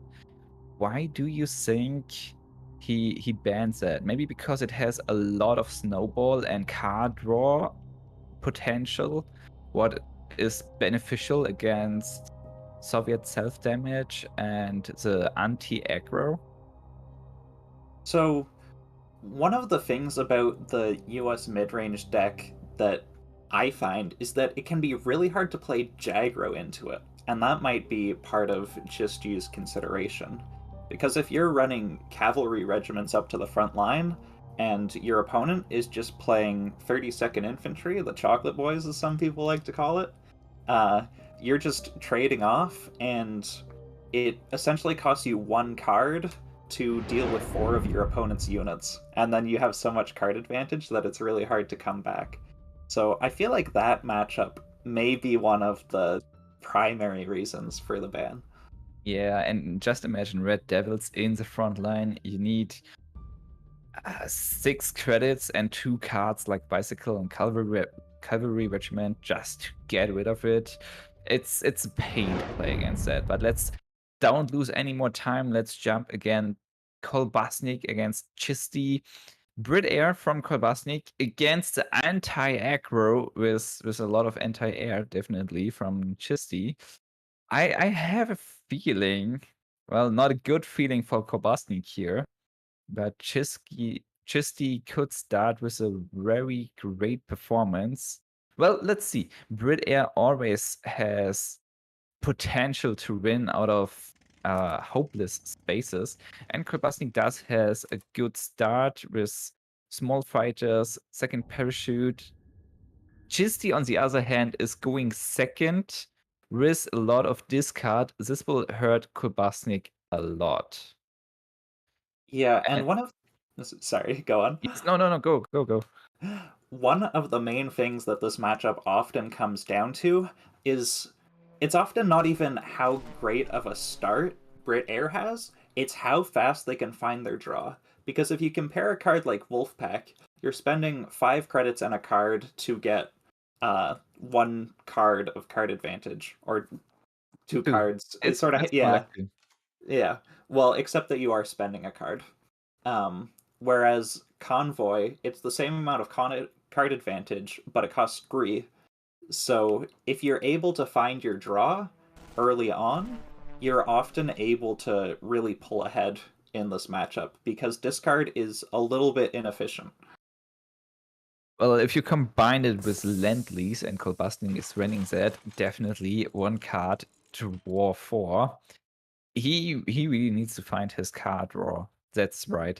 But it's not only discard and draw deny, it's also a lot of removal, like Sky Barons. You can see it. Fog of War to get rid of a buffed unit, Annihilation, and this Reich research into the V1 Flying Bomb. This matchup is not good for Kobasnik. I mean, No. he activated the Ultra because he didn't has a choice here, I believe. But facing the Seaforth Highlander, one of the most efficient guards in KARDS, is just looking painful. Well, I'm sure this Ultra will catch something valuable. Maybe a Wolfpack here. This would be awesome. Ooh, catching the It's- Fog of War is quite nice. And finding Lend-Lease. Do you do you agree with that order from Christi that he wants to let the he wants to kill a unit rather than put 2 copies onto his opponent's deck? Not really. I believe Fog of War is better than the V1 Flying Bomb here, because it's clocking 2 turns with only small fighters. On the other side, if you're only able to discard those small fighters, it's not a lot of value though. And you need close air support and a lot of fighters to get a lot of value. It's a difficult decision. Yeah, but then once you use the fighters with the close air supports, then you're investing many cards into a few units, which is really weak to things like Annihilation, Sky Barons. So I don't know. I would think that it's better to put the fighter on top of your opponent's deck. You can also think of it like, is a 1/3 fighter better than the average card in his deck? And I think the answer to that is no, not at this point in the game anyways. No, probably not. I believe you're right. But Kobasnik was able to play that Lend-Lease and refill so much. Annihilation is taking away 1 Empire Strikes. Well, there's the second one.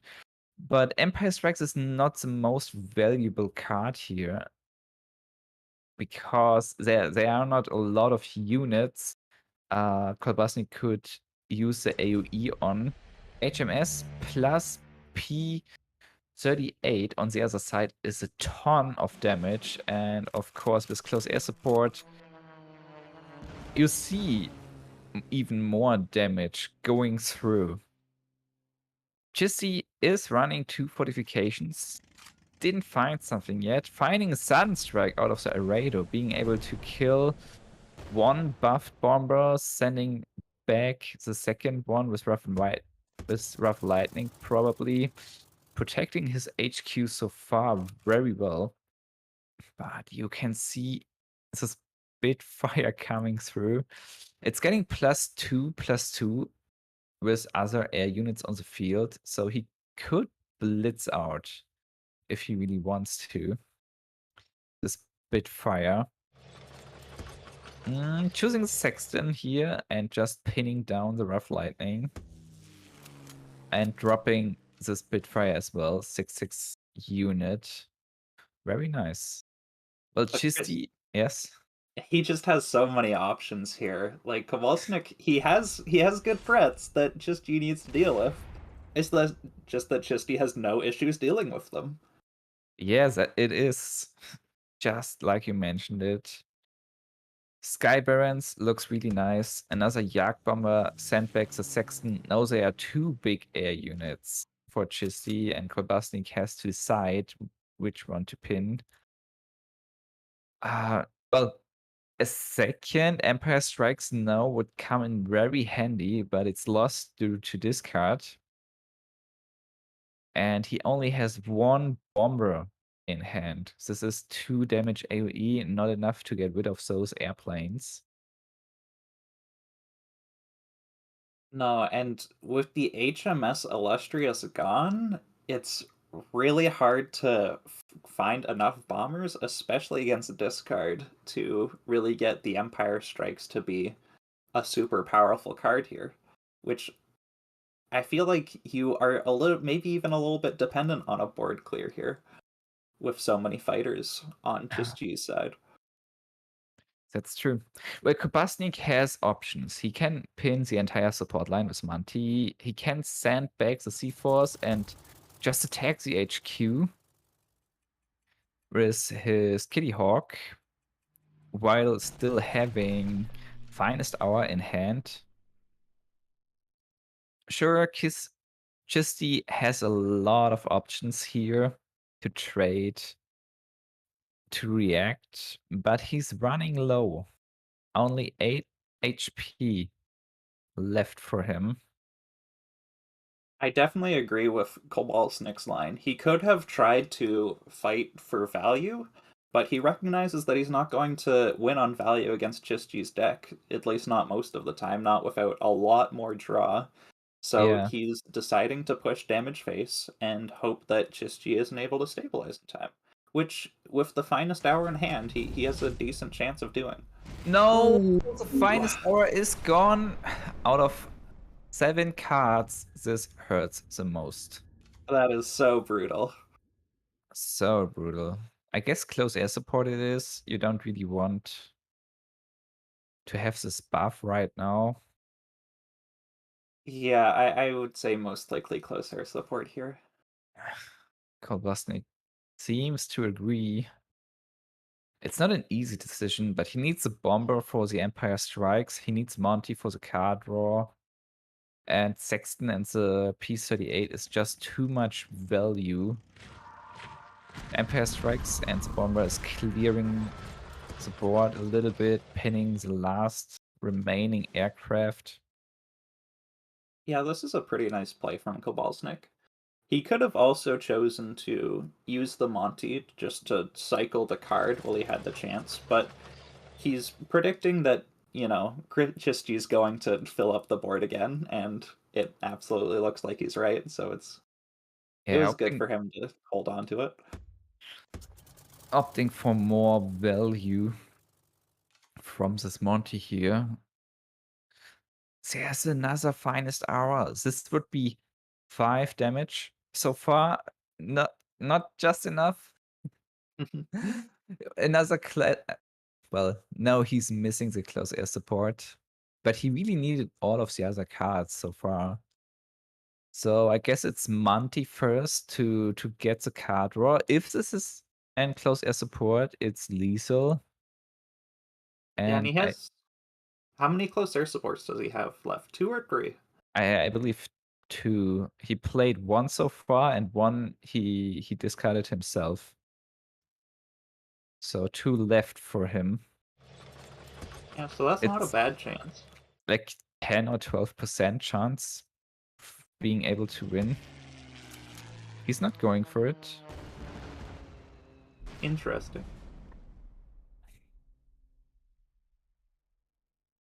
It really is.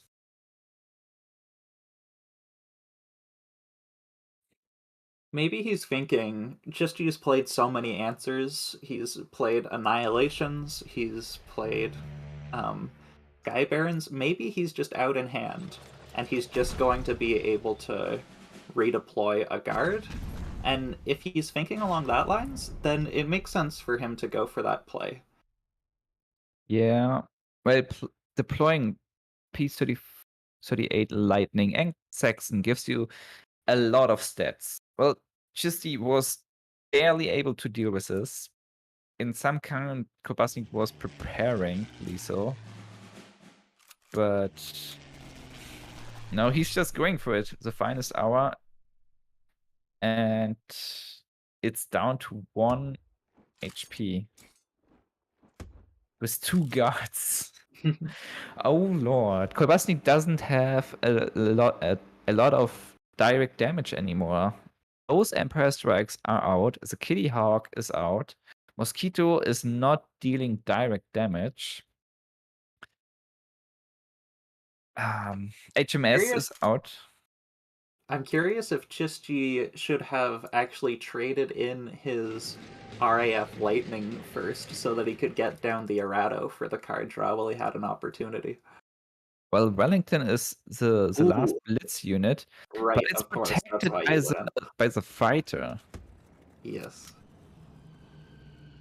He's able to kill the fighter, and he can just drop the last swordfish. Makes him very vulnerable to U16. Ah, the MI5. Yeah, as Chisti, you know this last card in hand from Kobasnik probably isn't too relevant.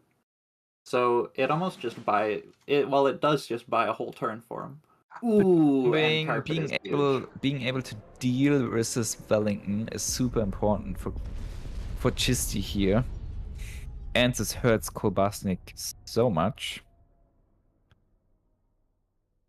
The swordfish is now back on top. He's only drawing the swordfish for 1 credit, and there's a Flam Panzer in Chisti's hand.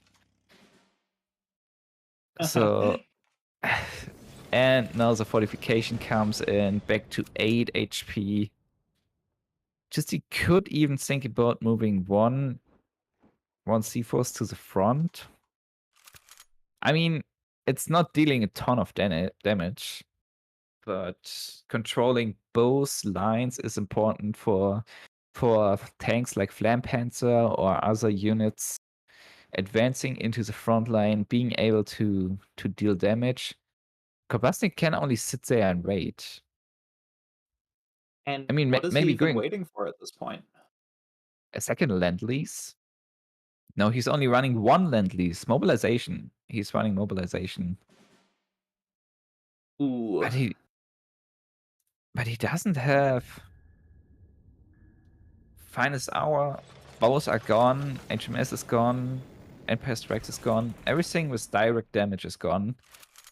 A lot of refill, and his remaining stats, like Mosquito and second Lightning, could do something.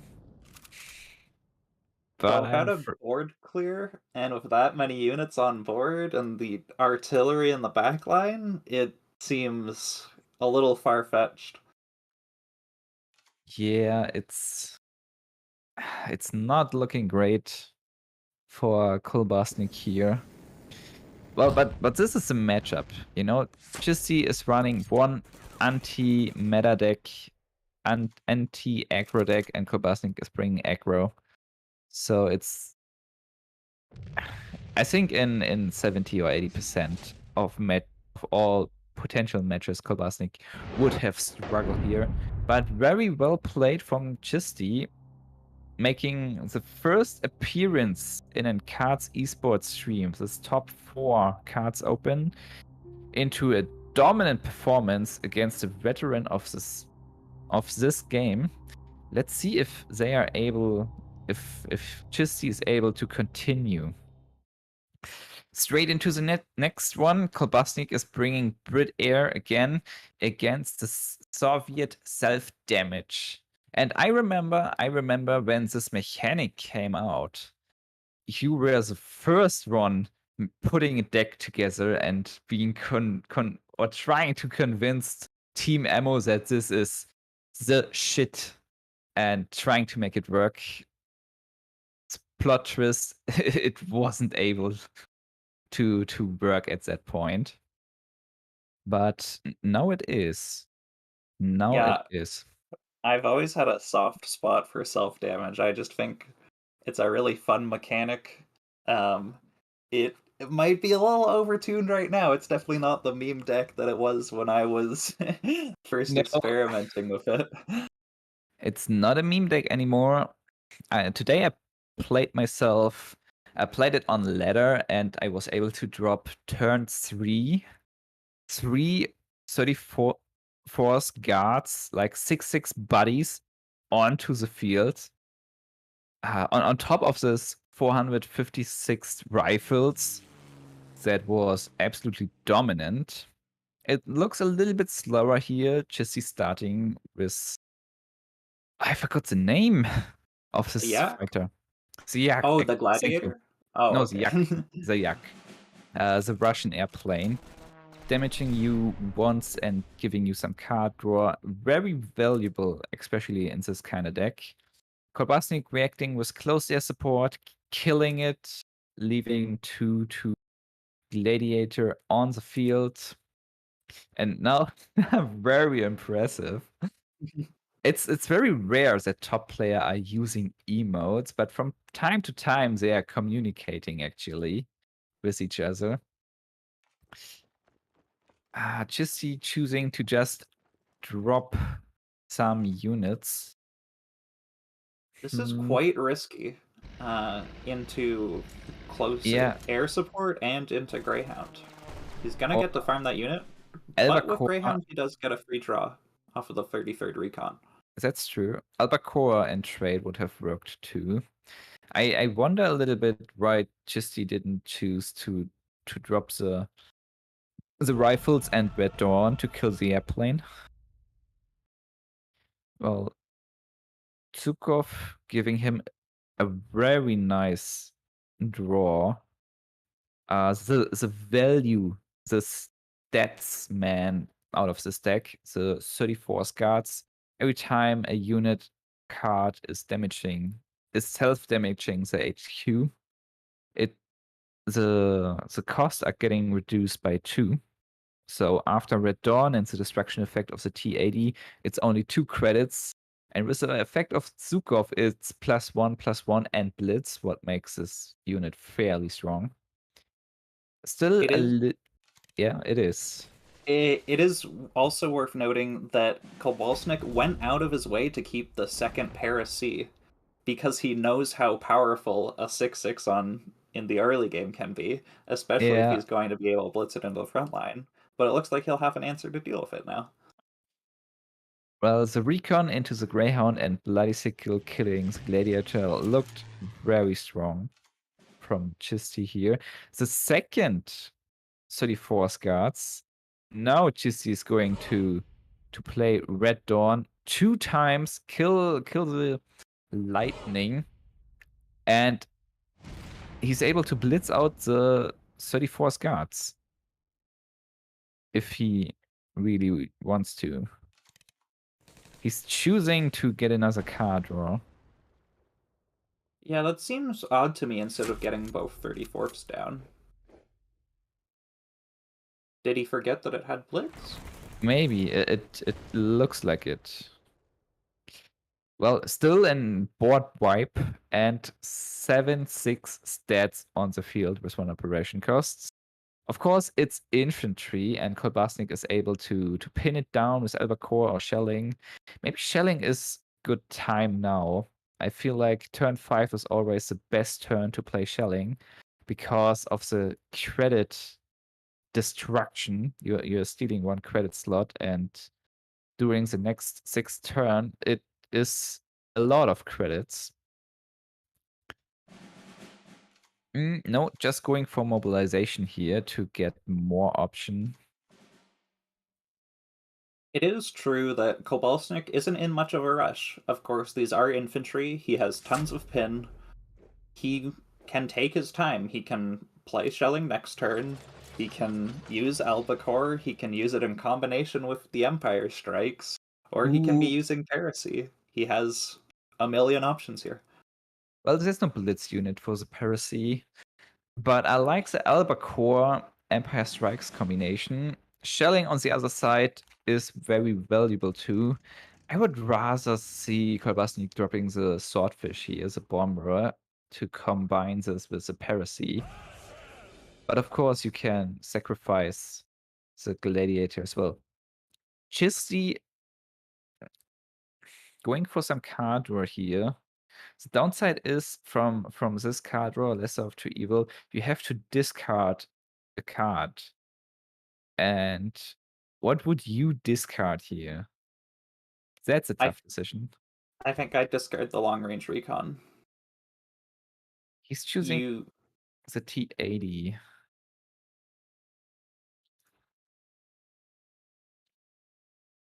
Well, long range recon gives you HP. and that is nice, but can you afford that luxury here, or do you have to risk it a little bit? Oh, fair point. I would have kept long range recon here, but I believe you're right. Chisti's running out of options, and yeah, one risk of playing self damage is you're just burning out, you're destroying yourself. But with this kind of deck, you need to take that risk, and you need to get the most value out of it.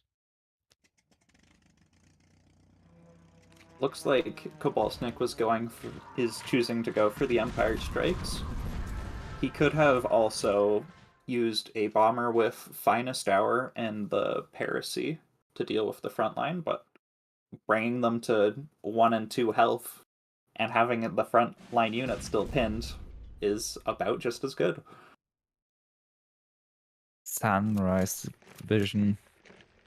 9/9 infantry definitely looks strong, and now long range weapon really comes in handy.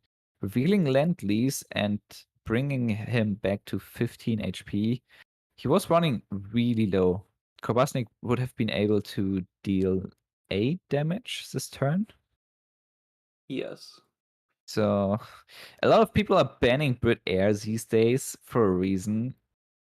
Brit Air has so much value burst and refill potential. It's very hard to play around this. Like, look at that. Piracy is being able to buff a bomber and killing a 9/9 infantry like it was nothing, leaving Chisti with not a lot of options on left here. Scouting party. No, he's just surrendering. That's it. 1-1 for Kobasnik. Chisti saves himself a little bit of honor and accept that this battle was lost, but the war still goes on. Yeah, it's just 1-1. And Kobasnik has J aggro and self-damage left against Chisti, J aggro and self-damage. Let's see if this will be as one-sided as Tang versus Tiger.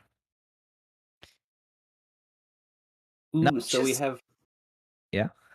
So we have the Jagros against the self-damage matchup, which is very exciting, I find. It's super exciting. It can be very scary to be doing damage against yourself, against Jagro, of course. But the deck is honestly pretty strong into Jagro with the Gree 56, is it called? Oh, 456 rifles. 456, yes. Yeah, that card is so powerful in this matchup. It is powerful if it survives, but Kobasnik is having an awesome start. Cavalry Regiment into Panzerbefehlswagen turn 1, following by the type-friendly units +1 attack, just being able to trade it with the Panzerbefehlswagen. No, actually, he's choosing the Cavalry Regiment. So he's choosing to play around Winter Warfare, yes. Which I think is reasonable, because when you have a start this powerful, a lot of the time you might as well say, like, hey, I know what I lose to here. Let's just not lose to that, even if it's a lot weaker in general. Winter Warfare would have killed everything on the field. Well, GC is not having it, but Kobasnik can't know, and he has to play around. That definitely makes sense. And the second one, just going for the Sunrise decision. GC a little bit under pressure here, has to play what he got.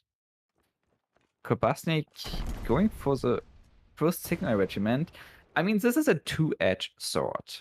Sometimes those 456 rifles are getting out of control because Russian self-damage is using the first signal regiment against you, but Kobasnik already killed 2 of them. He already killed 2 of them and is dominating the board. Chisti not even able to drop a single 34th guards here because he didn't damage himself yet. It's also so terrifying for Chisti to get that intel and see the feigned retreat in his opponent's hand. Yeah. Now he knows, even if he's somehow able to stabilize here, he has to deal with Kobasnik's entire deck, which is Winter Warfare. incredibly hard. Winter Warfare on top of those recons, 2 card draw for Chisti, and getting rid of quite some units here of the 22nd Infantry card draw engine, the Type 93. Bloody Sickle able to kill the Raiding Brigade, setting up a guard 3-5. He could kill the Meteor Regiment or just dropping more stats finally. That was from like an hopeless position back into relatively even. Of course, Kobasnik is in a little bit better position here, but Chisti is back in the game. Yeah, Kobasnik just top-decked Sendai Regiment. The perfect card in his deck, I would say. Yeah, Sendai Regiment is not only being able to get rid of buffs, but also just removing guards any unit you want, so opting for dealing more damage. And this is how I lost today on ladder with Soviet self-damage against J-Aggro. I was just burned out. It was too much burn damage. I had guards, but I still lost for Signal Regiment. What an awesome card. Now, Kobasnik has lethal on board. Well, not on board, but in hand, I should say. Yeah. Red banner into what's but the it doesn't number matter. 272nd, is it maybe? 272nd. Ollie's nodding to me. Yeah, 272nd. 272nd guards. Yeah. Will Kobasnik see his lethal here, though? He will. So one burn damage from First Signal Regiment, bombing rate and desperate measures, exactly 7 damage, and a beautiful finish here from Kobasnik, coming back from 0-1, leading the series now to 2-1 against Chisti here.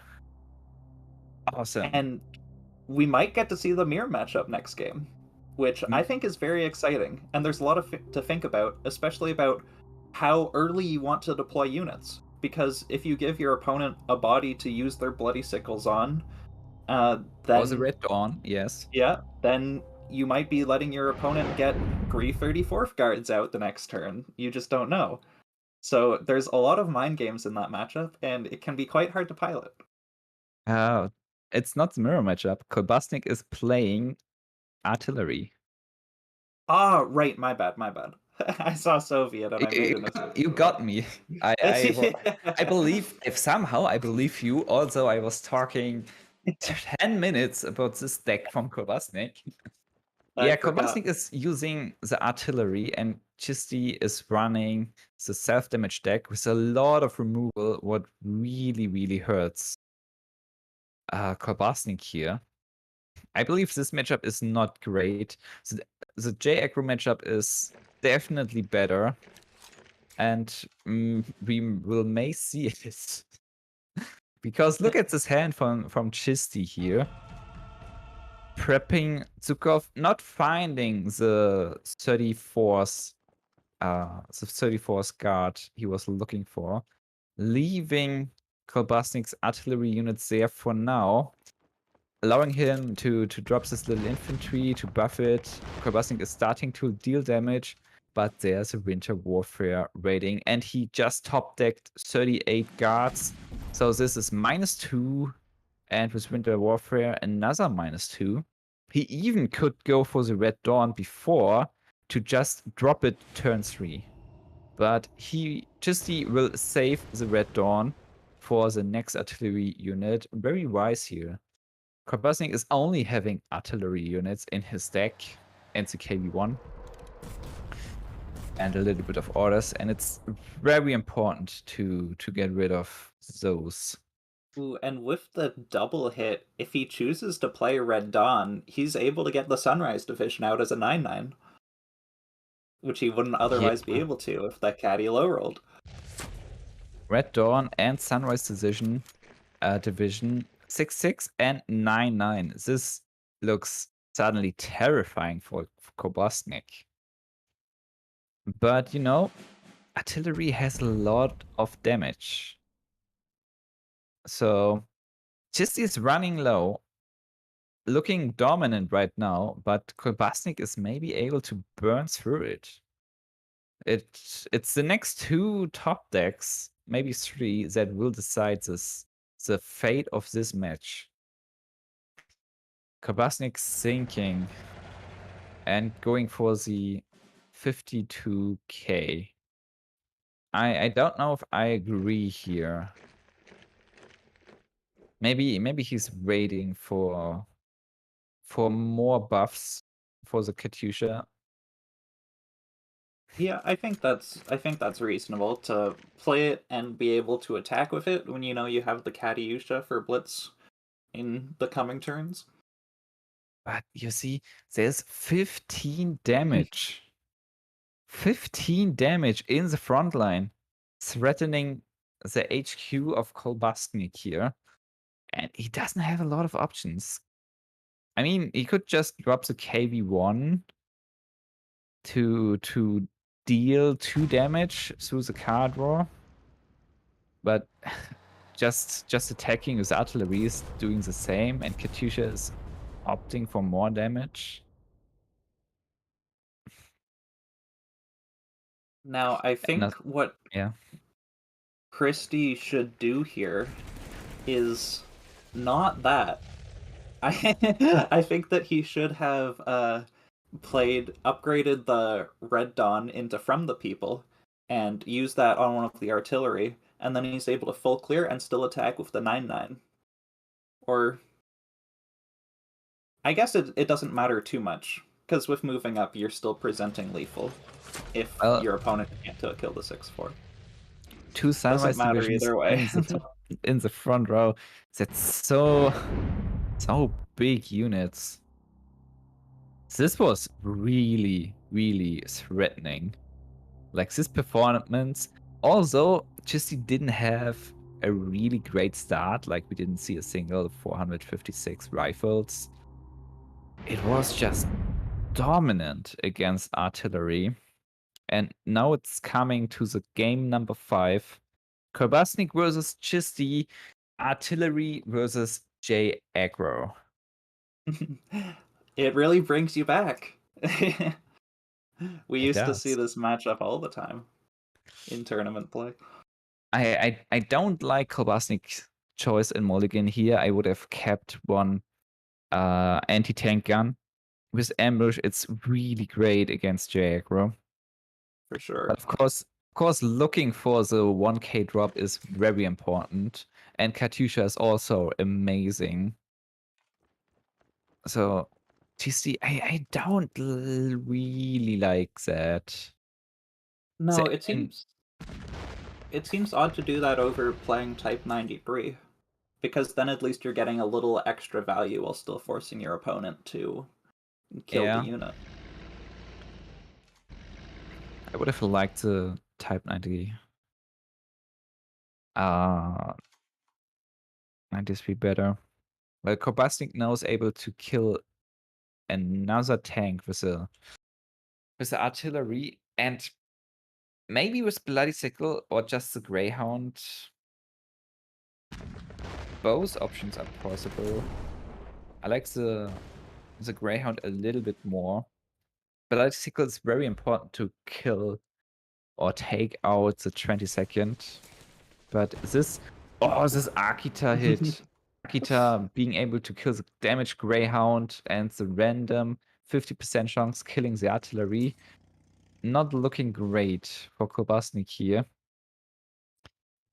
I mean, he's able to drop this little airplane, but another Akita, this unit is so good. Probably one of the best standard cards in the game. Makes it now really hard for Kobasnik to get back into this field again after he lost his artillery. And he's not going to take the risk with the caddy. He Nope. could have played Katyusha first to trade to save that bloody sickle. But, of course, that's a very scary thing to do.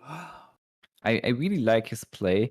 Trading first, then killing the Akita, and the damaged airplane took the hit. And of course, after that, playing the artillery. Dina here going for more card draw. Arado finding desperate measures so strong against artillery. Kobasnik having Hura. It's not enough. Not enough credits to attack twice. That hurts a little bit. KB1 is not an option here because he knows Chisti has 3 surprise attacks and 2 are enough to pin and kill any target. Not Yeah, great. Not This is great options. really hard for Kobasnik. Yeah, it is. It is. Maybe just trading and floating 2 credits. I think that's what I'd do in this spot. I mean, you could move the airplane to the front, buff your artillery with the 99th and forcing him to use removal. No, he's using the infantry without using the deployment effect. No units in the front line, no buff. And this just allows Chisti to use desperate measures, killing 3 units, taking the field, even blocking the front line with Sedina, while having all of the removal options still in hand. Kobasnik really needs more options here. Going for mobilization, drawing cards, finding another mobilization, and using the Greyhound to just kill the cavalry regiment. Frightened retreat. Well, Chisti currently has more than enough cards, but having this option ready is nice, not gonna lie. Kobasnik doesn't have any board clears in his deck. His deck is entirely dependent on temp going out first, and then trading with your cards that don't receive damage back. But if you're already behind on board, it becomes nearly impossible to do that. You have some blitz, but not enough to deal with everything Chris G is throwing at him. No, and the blitz damage is more tend to close out the game, like to deal the lethal damage. Using Katyusha like that, sure, it helps, but it doesn't do a lot. It's only getting rid of 1 unit, and there are more than enough units to be able to trade with your artillery units. What you really want to prevent on Kobasnik's side. And even that, playing 3 units next to each other is beneficial for Chisti. Now he's able to use bombing rate to kill 3 units. And just being able to trade the last one with Raiding Brigade. Yeah, there comes the bombing rate. Yeah, very frustrating spot for Kobasnik. Especially, I know if I were in his shoes, I would be thinking, if he just didn't have that desperate measures, then I could have had a chance. Yeah. Sometimes having very specific cards can be very frustrating. For example, in this matchup, all Chisti know is removal because Kobasnik really relies on his artillery units, and having all 3 surprise attacks, bombing rate, and desperate measures in the upper half of his deck with 2 Hitting Akita destruction effects is really frustrating for Kobasnik right now. Now Chisti again taking the front line, able to activate Panzerbefehlswagen and just pinning this artillery, saving two surprise attacks for the potential KV1. Kobasnik is really looking for some options here. The XIS and the anti-tank gun is being able to blitz out damage. But will this be enough? It is very nice, but it also may be a little too little too late. Yeah, I agree. But there's certainly a chance here. It's hard for Kobasnik. It's hard for Christy to deal with everything super efficiently. Yeah, because those blitzed artillery units are just taking out one unit, and now Chisti has to trade again, making this trade 2 for 1 beneficial for Kobasnik. Suddenly, there is a chance. Yeah. It is proving to be very beneficial that Chisti decided to give up on the draw value from Arado, because that means he's able to value trade this turn into Kobasnik's anti-tank gun. So that seemed like a minor decision last turn, but it turned out to be pretty huge this one.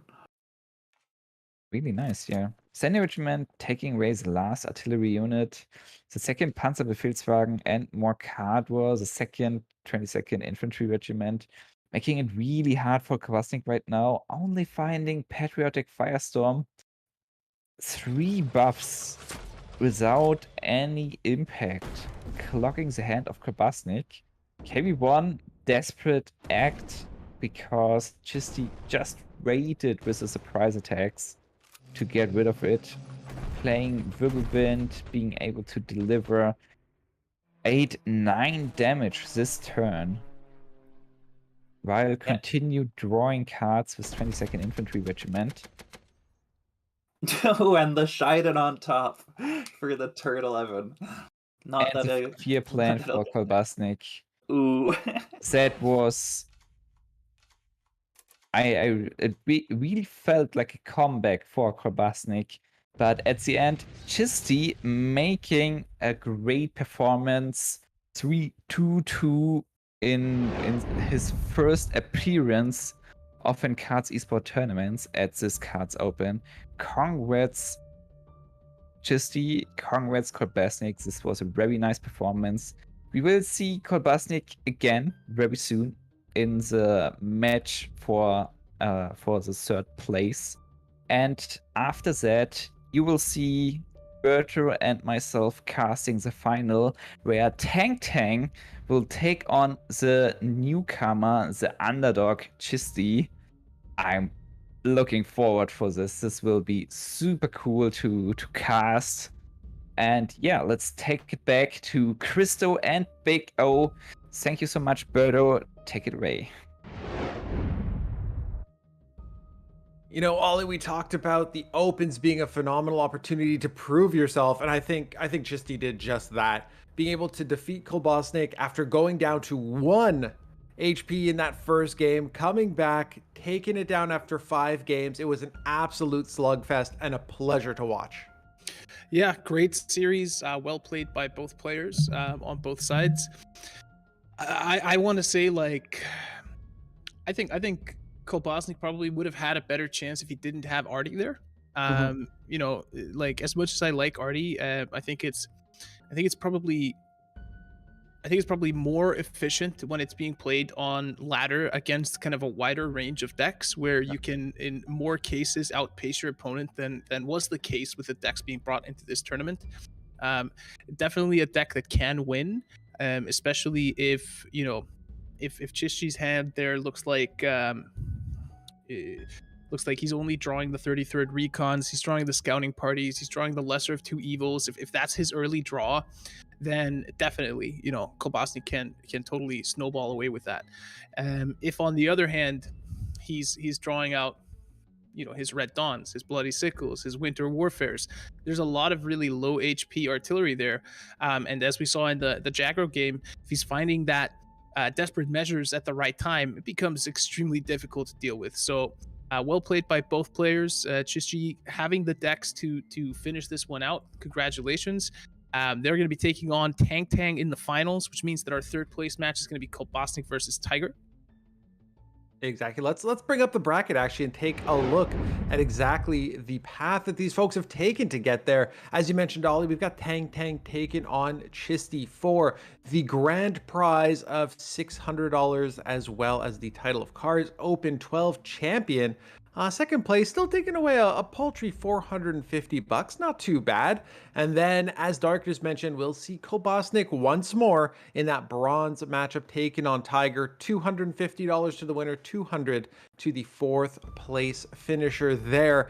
Yeah, I mean, look at this bracket for a second, though. I mean, look at the players that these players had to go through to get to this point. I mean, you look at Tang's path there. He had to go through Birdo, he had to go through Killswitch. We just saw Killswitch in the last OCC. He's running extremely hot. Then he had to take on Tiger. Tiger had to go through TP273, Kumashin 76. Kobasnik had to take out Vinny and Ari Big Ben. No, it had to take out J King and Vinny. Sorry. Then Chisti having taken out Tree Pipit and Doge 34. Tree Pipit, we've seen them often here in kind of the later stages of opens. Doge 34 has been in OCCs as well as I believe at least placed in an open before, if not won one. So these are not easy paths to take for anyone to get to this point. So a huge kudos for everybody that even reached today. Absolutely. And, we talked about it in the Swiss. None of them lost more than one game. Tang going a perfect 6-0. You've got things like Kobasnik beating Vinny 3-0. Like, those are huge victories to get them to where they are in this top four. And then we've seen nothing but phenomenal performances thus far. I'm excited. I know we're giving Kobasnik a second to breathe in between series, but that artillery piece, I think Birdo said it really well in that last game where, if you can't get ahead with the artillery and you can't kind of continue to clear the board and out-tempo your opponent, you have no way of coming back. And I think that plays into what you said, Ollie, regarding, maybe working a little bit better on ladder. So I'm really excited to see how this plays out in the next matchup because I think artillery has its value and has its place. Just going to have to see how that matchup and see what Kobasnik learned from that series going a little bit sideways against Chisti. Yeah. I think it's gonna be a good one, for sure. But it's correct, right?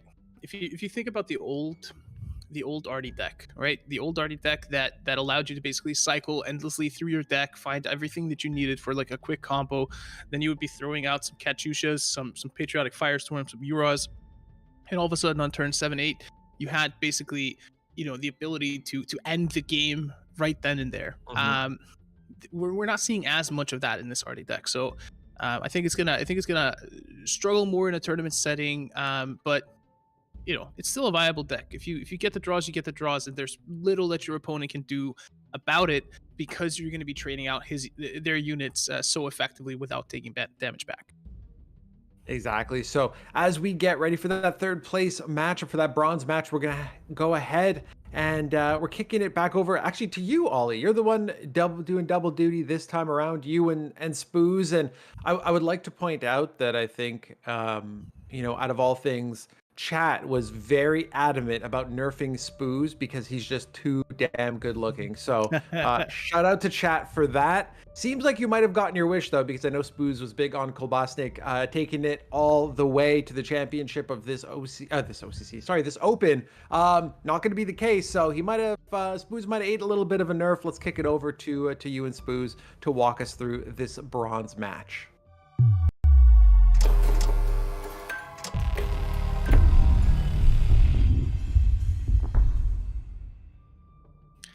Yep, welcome everybody. We are back here for this third place match here of the KARDS Open number 12. It is me, Ole, and Spooz here with me. And before we get started, Spooz, I just want to give a quick shout out to our co-casters on the other side, Darkness and Birdo. That was a great series and a great cast. from that duo. So people in chat as well, make sure to give them a nice hand and a pat on the back in chat. Also remember, if you type in Open XII into the chat, you get entered into the pool to win a draft ticket and a pack. So make sure to get that in before we keep drawing. But Spooz, we're about to look at Kobasnik take on Tiger. What are your thoughts on this matchup? 1 second, just let me enter that code there. I want to get some free packs. Yeah, Kobasnik versus Tiger. Unfortunately, Kobasnik did not do it to the finals as I was hoping, and maybe, yeah, I would have loved to see him in the finals because I really like this guy.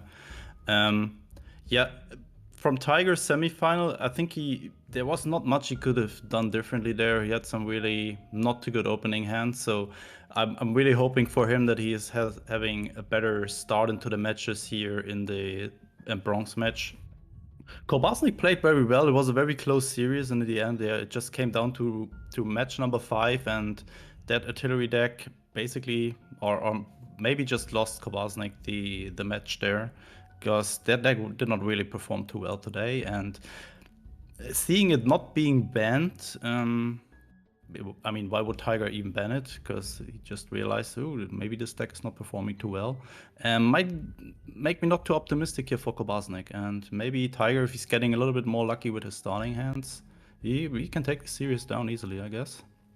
Yeah, and if we bring up the overview there and see the bans, then we can see that both players have opted to ban the Brit Air deck from each other, which means that no Brit Air is going to be played in this third place match, which leaves us with a combination of Jagro and Soviet self-damage there for Tiger, along with German control. Now, even though I would say that's probably, the deck that we haven't seen the Artie deck go up against, and therefore I would say, there's probably the biggest chance of it really performing in that matchup. We have to remember there are 2 root outs in that one, and most of those artilleries don't have more than 2 HP, so a lot of board clear options, a lot of control options there for Tiger, as well as the Marinostrum to heal up from any early aggression.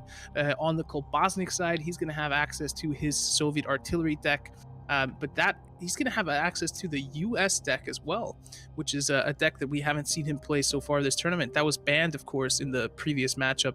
And then finally, the Jagro deck there. So, yeah, interesting lineups. Not a lot of mirror match potential, which I really like. So I like to see different decks compete against each other, see how the different strategies just play out. It's really exciting to watch, and I think it's just the best for the audience here today. Yeah, it's definitely going to be an exciting one to watch as we see the players load on into the match. Kobasnik versus Tiger here. Who will make it to third place in this KARDS Open number 12? Who will end up in 4th? It is time to find out. And matchup number 1 is going to be Kobasnik bringing his Jagro deck against the self-damage deck of Tiger. A matchup I really like to see. It's so enjoyable to watch because the games are usually very close, and it just comes down to just one play that you have to do there, or one turn that you maybe need longer to win. And yeah, these matches are really, really intense to watch. And Kobasnik with a decent starting hand. You're finding the single regiment, Befehlswagen in hand, 35T, very aggressive. And Tiger again with not that great of a starting hand. He's having 2 34s, but only one order so far that is dealing damage. That SU might come down next turn just to get these 34s down to 2k, but this is not removing the guard the threat in the front line there from Kobasnik. And look at this, just another 4 damage to the face. Yeah, it's 4 damage to the face now, and then if the SU comes down, that's extra 2. Plus, it's going to be another 7 damage with the Panzer 35T there waiting in hand if he chooses to go that route. Does not, goes for the lesser of 2 evils instead, and starts looking for, I would expect, something to guard up his HQ. Yeah, no, he was probably also looking for a sickle there just to remove that unit, bring the 34s down to 2k, but finding that first rifles is also super good here. But with Kobasnik having the signal regiment on board, I'm not sure how much this first rifles is doing there. Ooh, Kobasnik goes for the Dina instead of going for the 35T. It's an interesting one. Winter Warfare, indeed. they're found on the top. That could potentially be something that Tiger would be willing to go for, dropping the 456th rifles plus a winter warfare, that would do a whole lot more to the state of the board than just dropping the first rifles and hoping and praying. So There it comes. And there's a, what is it now? 4-5 guarding the HQ, but being down to 6 health is not really what you want to have against a Jaguar player that is having a signal regiment on board. and 2 Type 94 TKs in hand. I mean, Yeah. if Kobasnik wants, he could even just drop both of those and get rid of those 456 rifles. So goes instead for the Key 83, and pretty much just setting up, the 2-turn clock at least, because it's going to cost him 4 credits to get rid of the 456 rifles. And he also has the Key 83 on board if he wants to deal with something like a first rifles coming out. Yeah, and Tiger is at the spot at the moment where he does not really want to play the Winter Warfare here, because that just sets himself up to bombing rate desperate measures lethal for Kobasnik. So I'm not sure what this Winter Warfare did actually do there. I mean, it sets the deployment cost of the 34s to 0, but that was really risky. Yeah, I mean, he's already in desperate measures, bombing raid territory. He's even pretty close to just being in bombing raid territory. I mean, that Dina sacrificing itself into a unit is going to take 1 damage. I mean, Kobasnik can already do 2 damage within this turn to the HQ of Tiger, bringing him even lower. The optimal top deck next turn from Tiger is going to be the Great Patriotic War, putting himself back up to 12 HP. Yeah, this would be the absolute nuts. I think also this is the only chance to come back into this one, because, as you mentioned, Kobasnik probably dealing 1 or 2 more damage this turn, and then with a Mido next turn with additional 3 damage, it is lethal for him. Yeah, I mean, I think he pushed the Dina up here to get the Befelswagen into play. Sure. Not the most traditional way of getting it into play, but with that, he would be able to have 2 units in the front line. He can use the double surprise attacks if he wants to take out that 5-5, or just put more units into play in the front line. I mean, he has 5 units on board now, so he's saying, "Winter Warfare me again, I dare you." Exactly. Like, Winter Warfare is not really doing anything here than Oh, killing Red Dawn. Tiger. Red Dawn can get rid of the signal, but Yeah, he doesn't still have at to take 5 the HP. damage. Yeah, sure. Doesn't have to take the damage. Then there's still double surprise attack waiting in Kobasnik's hand. The Tiger cannot really guard up. This at least buys him time to find the Great Patriotic War. He's still dead, right? I mean, he can trade units. He still has 2 credits left. Yeah. Can get rid of 2 units in the front line. But still, that 2 Type 94, he really has to get rid of the bicycle regiment there, that Fury guy. Oh wait, is he dead still because of the Panzer 35T? That is 2, 4. I think so, yeah. I'm wondering just in terms of credits. Yeah, it should be enough. That is 2, 3, 5 damage. Yeah, he's still there. That's going to be it. Game number 1 looks to fall in quick succession into the lap of Kobasnik. The Jagro deck finding its stride. Now he's calculating, do I have enough credits? He actually doesn't. He's 1 credit short. He's 1 credit short because he cannot get the operation cost of the 35T to 0. Do I need to go for a raiding brigade here? I mean, just drop the Mido and... Yeah. And Bloody Sickle's not going to help you out of this one, Tiger. You do not want to even think about tapping your HQ for any resources at this point. I mean, at this point, it doesn't really matter, right? Like, you're still dying to desperate measures, bombing rate, so it doesn't really matter if you're at 2 or at 1, so... You can't kill them, but... That's true.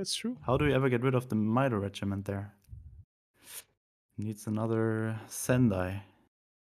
Anything else is not really helping. So only Sendai and Great Patriotic is what is helping Tiger here. He has 1 more turn, probably. Yeah, comes off the top of the deck, offering him a way out on his own terms, but he chooses not to take it. Great Patriotic War, 1 last chance It's under that Sendai regiment again. Huh. No, Yeah. but he can't Sendai because he's gonna have to figure out a way to remove some space or make some space in his Oh support yeah. line, right? At this point, yes. Yeah. So even the Mito in the front line and the top deck Sendai is not gonna be enough. So it's only Great Periodic War that is helping now. Yep. Not too good chances here. Oh, it was key 83. Ooh, that could actually help Tiger more than it helped Kobasnik here. Yeah. Gives him an additional draw to try and find the Kobasnik going all in. Scouting. That's not going to be enough. This is going to be it. Kobasnik takes game number 1 here in the battle for 3rd place. Yeah, really good opening for Kobasnik, and not much that could have Tiger done differently there. Good game. Also, it was very fast, but it was also entertaining. Like, there's always the chance that this Soviet deck comes back, but yeah, unfortunately, Tiger not really able to maintain the front line there, and that signal regiment did a lot of work for Kobasnik. Yeah, it definitely did, and I feel like that's one of the core pieces to make the Jagro deck work against the Soviet self-damage deck is to find that signal regiment early and hope that you're not just going to be, using it to buff the 456 rifles, because it was a combination of those two factors that gave Kobasnik that massive advantage. If Tiger had dropped like 456 rifles there early, and those would have been snowballing up to like 8-9s, 8-8s or whatever, that could have been a difficult situation for him. But he ended up finding it, and now he actually has an opening to make the Artie deck work, because look at the hand from Tiger. It's not fast at all. Yeah, but also Kobasnik's hand is not that great. It is good, sure, but I mean, yeah, you might be correct. This is a starting hand you can actually work with, especially when you can just have a few infantry units on the some artillery units on the board, and yeah, Tiger stack only having, or 99% is just infantry units. Should be hard to ever reach these artillery units. Bring in the yak. And discard. Oh yeah, it's having blitz. Nice. Yeah, that's a very good turn there from Tiger. Wrestles control back to a large extent there. And this 3-5 should be hard for Kobasnik to remove. Like, what can he do? Not having the unit in hand that is buffing adjacent units. Only a Katyusha that is dealing 1.5 damage on average. So yeah, not that great.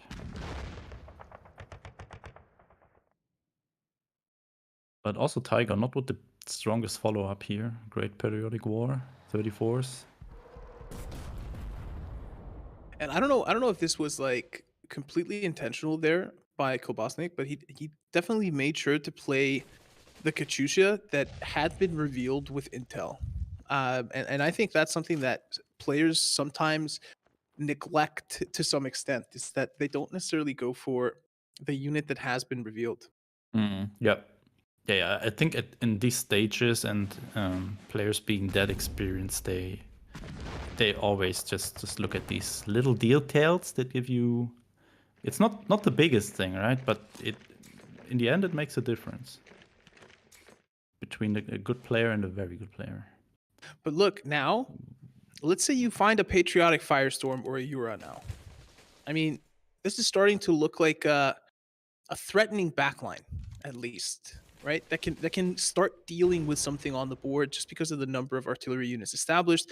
The fact that he has a Katyusha still in hand that he can blitz out. I feel like we're finally seeing, what Kobasnik sees when he looks at this deck. Yeah, absolutely. As unfortunate as he was in the previous matches with only finding the buffs, he is not finding a single buff now, but only artillery units. Look at this. Oh my He's god. having immobilization, but other than that, only units. I think he would have killed to find just any sort of buff here, like an Ura. Oh, that double hit is actually pretty big. It absolutely is. But also the 33rd are so good against that artillery deck. Not against that artillery deck, but against these one attacks artilleries, because they provide so much draw for Tiger here. Like for 1 credit, they took out. No, it was 3 credits, right? It was one scouting party, but the 1 credit unit that gave him so much draw and removed so many artillery units by now, it's just insane value. Ooh, and found the sickle there. Oh my god. He's going to be dropping the 34th guards here for sure. Or opting to go for an SU as well. Putting on the pressure. Yeah, and soon we come into a range here where Kobasnik gets into a range where he can just play the Sis on a cheaper artillery unit and combine it with Ura and have lethal there. So Tiger has to be really careful with this remaining HQ health to not die to this combo. Like, look at this, he's down to 9 now. Oh, not getting the double hit. But 7. the double hit would have put Tiger down to 5.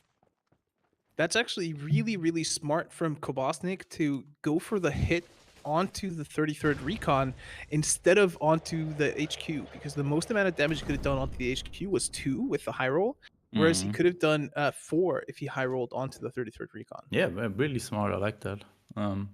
Getting 2 additional damage there. I think not a lot of players would have thrown this, but really interesting interaction there. And that 33rd really backfired.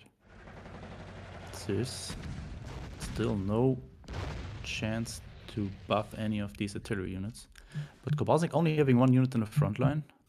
And look, there's nothing that'll help Tiger deal with both of these units. He's not finding his Red Dawns and his removal. He does have the Great Patriotic War though, so at any point that he feels that his HQ HP is getting too low, he can pull that out and put it back up to 12. Might be this turn actually. Yeah, I think the time is now. You drop the he doesn't have the credits to do it now. Drop the SU, put himself down to optimally, yeah, you want to play another unit that deals damage and then play the Great Periodic to bring you back to 12, but 1 credit short for that play here. So let's go for the draw first. Oh, still. Also, Sunrise into Great Periodic would have been great. Doesn't want to wait any longer. He feels threatened. He understands the potential in the deck here from Kobasnik. If he were to find any buffs, which he is not doing, forced to use the mobilization there. Oh, still not. Still no buffs, but they have to be coming. And now he has another Cease in hand, right? So if you're Kobasnik, you're probably just wanting to continue to develop more artillery units on the board. He's having four options there. He's having double Ura, Periodic Firestorm. So definitely looking for that one. Dropping the Greyhound. Interesting choice. I wonder if he's ever going to be allowed to get the Greyhound into the front line. It doesn't feel like it. Yeah, I mean, at this point, he just wants to have units on board to get rid of all these annoying frontline units. And this Greyhound might just be that additional 1 damage that you need to get a free front line and keep your opponent away from it. But I think at this stage, both players can easily win. It just depends on who's getting the better draws now. With the Ura, Tiger's actually having 9 damage at the moment, followed up by KV1. Could set him down to 1, so... Oh, wait. Could go Ura and then just drop KV next turn. But still very risky. I think he has to remove stuff from... Yeah. You sickle that, then you play the Sunrise Division, make that a 9/9. Clear that other artillery.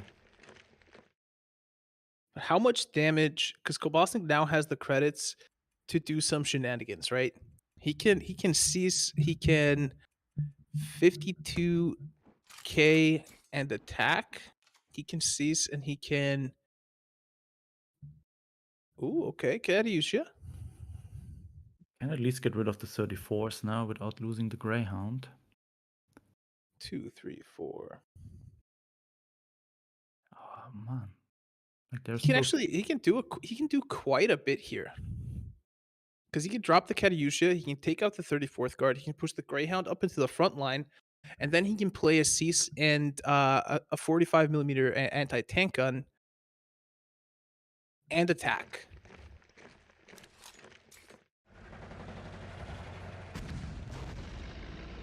Or you can even do it in this order as well, which is even better.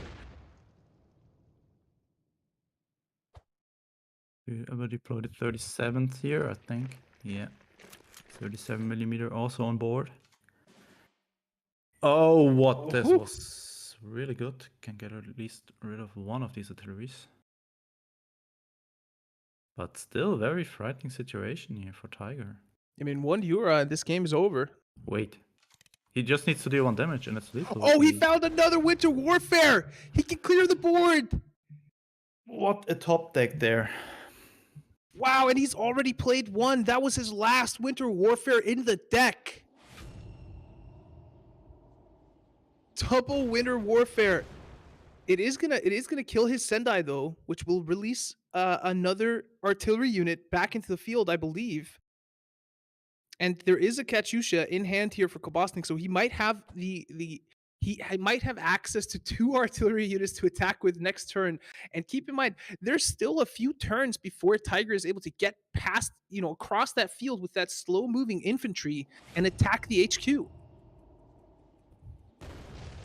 Yeah, but this. No, it's a KV. It's a KV. So any buff, any Ura or Patriotic Firestorm is lethal for Kobasnik. And it is. Ura! That's it. Ura, that's it. Katyusha, That's gonna be it. Ura. Kobasnik finds the win with his Artie deck. Whoa. Both players really good top decks here. But finally Kobasnik finding the buff he needed with the Ura and KV1. Additionally on the board, so even if the Katyusha would not hit twice there, it would have been lethal. So not bad. 2-0 for Kobasnik now. And Tiger not with the happiest or with the luckiest performance today. No, has not been very lucky on the draws, that's for sure. So next win on Kobasnik and he has 3rd place secured here today. Or can Tiger just do the impossible and fight back? Still everything possible here. And now first time we will see Kobasnik's US-Germany deck in action. And let's see what Tiger thinks is the best matchup for that. He decides it might be Japan aggro. Yeah, it goes for the Jagro here. So Kobasnik definitely looking for Flampanzers and Red Devils. Also 35T is not too bad. Because I really want to have the front line there. And both Not a players again. Yeah, this time both players not the greatest starting hand. Well, I mean, I'm going to go out on a limb here, and I'm going to say that double Flampanzer is pretty good for Kobasnik, given the amount of 1-drops that are available in the deck there for Tiger. Yeah, especially against the Signal Regiment. Yeah.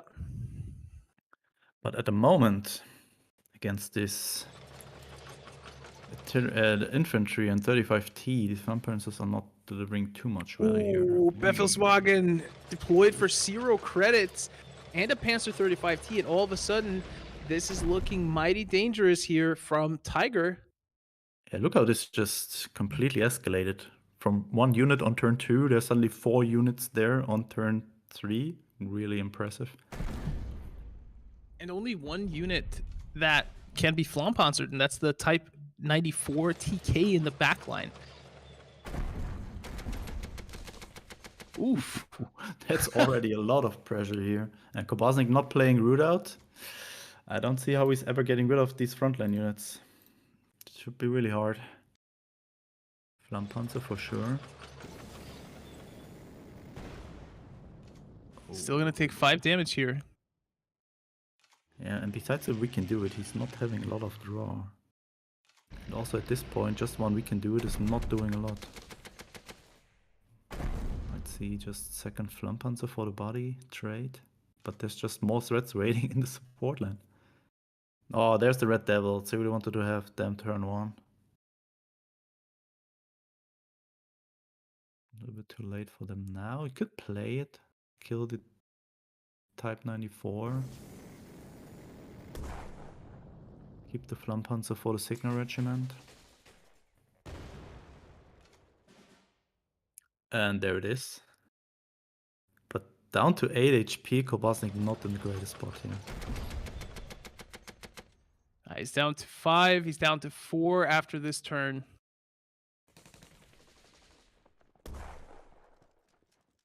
Tiger deciding to have one additional unit in the front line, over dealing 2 more damage. Because there's a shit in hand, and Kobasnik is not having anything to stop that one. So all Tiger needs is 3 more damage, and then it should be guaranteed over here. But at this point, it is 4 more damage. The Befelswagen is not going to do it. Not yet, yeah. Not yet. But there are 2 surprise attacks, so... Yeah, good one. Since there's no AoE in Kobasnik's decks, it's not too bad to just deploy the Befehlswagen here and just operate it next turn. Yeah, like what can you do here? Nothing. 101st will take out the Befelswagen in the back line, and he can trade into the front line. Keeps him alive for 1 turn, but the Shiden is just going to come out and end the game at that point. Yeah, no chance here for Kobasnik. Nothing he could have done. Just the opening from Tiger was too good this time. It was not really the most insane, like he did not have a 1-drop, but this 2-3 Yamagata just did everything it needed. And yeah, I mean, and finding the Befelswagen on the draw on turn 2 was huge for him there. Absolutely. So we have a close series here at least. Not another 3-0. Tiger fighting back, making the score 2-1 now. And can no longer play the Jaguar deck. Now it's a question, what does he bring? Because I think his rationale was that I'll bring the Jaguar deck because that's most likely to contest the front line against this US mid-range deck. But now what does he want to do? It looks like he wants to go for the Soviet self-damage and start hope, I guess, that he finds some of his 34th guards early. And here you have to, when you're Tiger here, you have to mulligan basically everything but the XII. Oh, and look at Kobasnik starting out there. Oh, double Red Devil, 30-second. Oh, that's crazy. Also, Strat bombing. Definitely keep the 2 Red Devils and 30-second, I guess. I'm not sure about the BF. Also keeps the Strat bombing. Not the worst idea. But also Tiger here with a good opening from 33rd.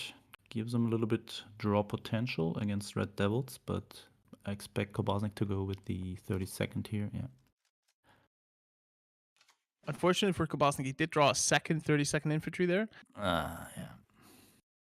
Ooh, this is almost a bad top deck here for Tiger because it puts another line of play, into his head. It's like he's not starting to clear the board immediately, but then he's going to be met with a Red Devil here in the front line, I would expect.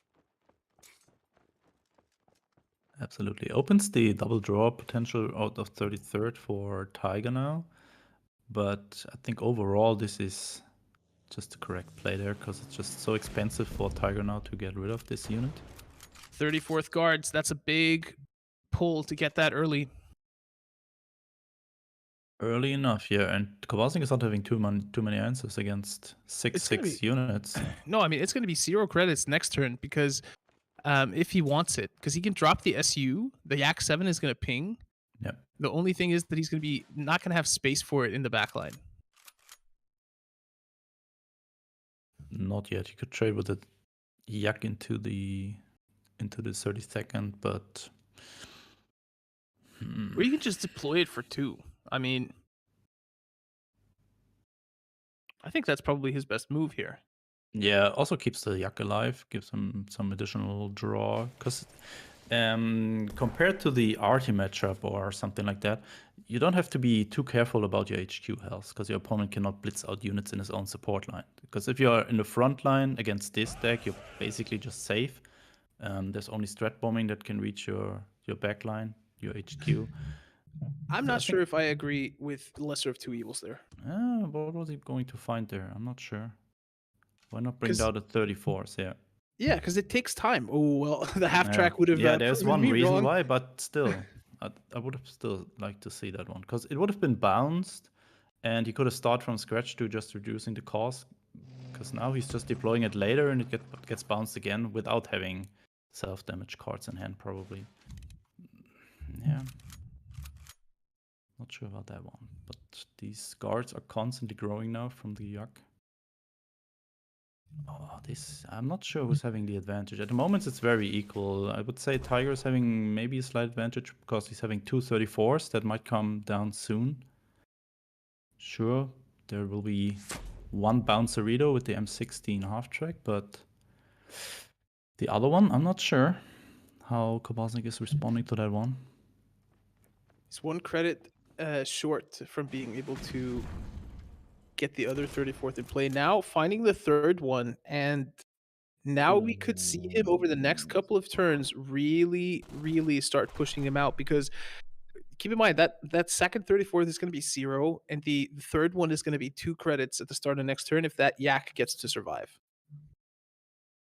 Yeah, that's a lot of big guys on the board then.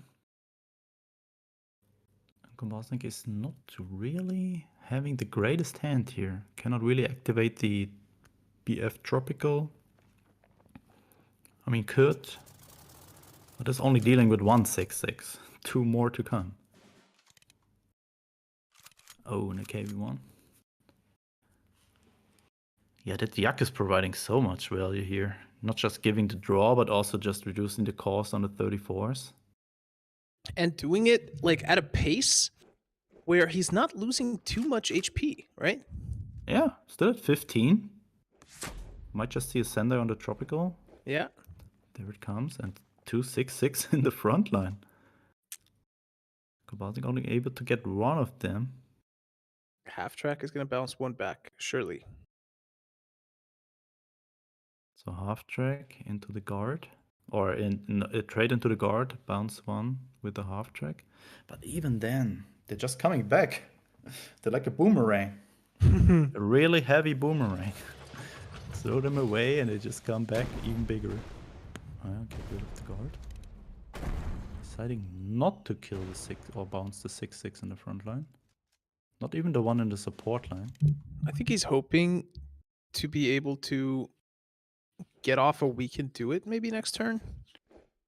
But maybe that's too slow. Well, yeah, it's not also not providing too much. Like these units are still dying to the 6 Yeah. attack from the 34s. And Tiger's just setting up lethal here. Just deploying another 34s. Another one.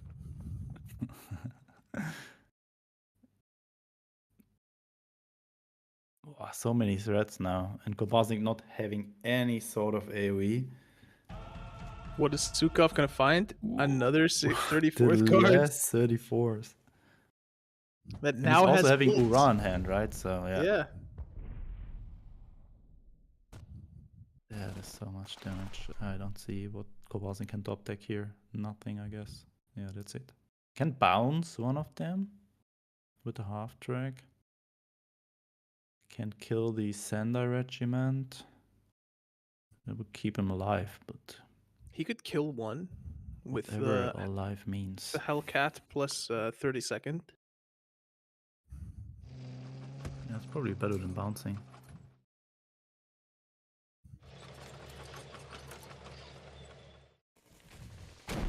No, we cannot kill the Sender.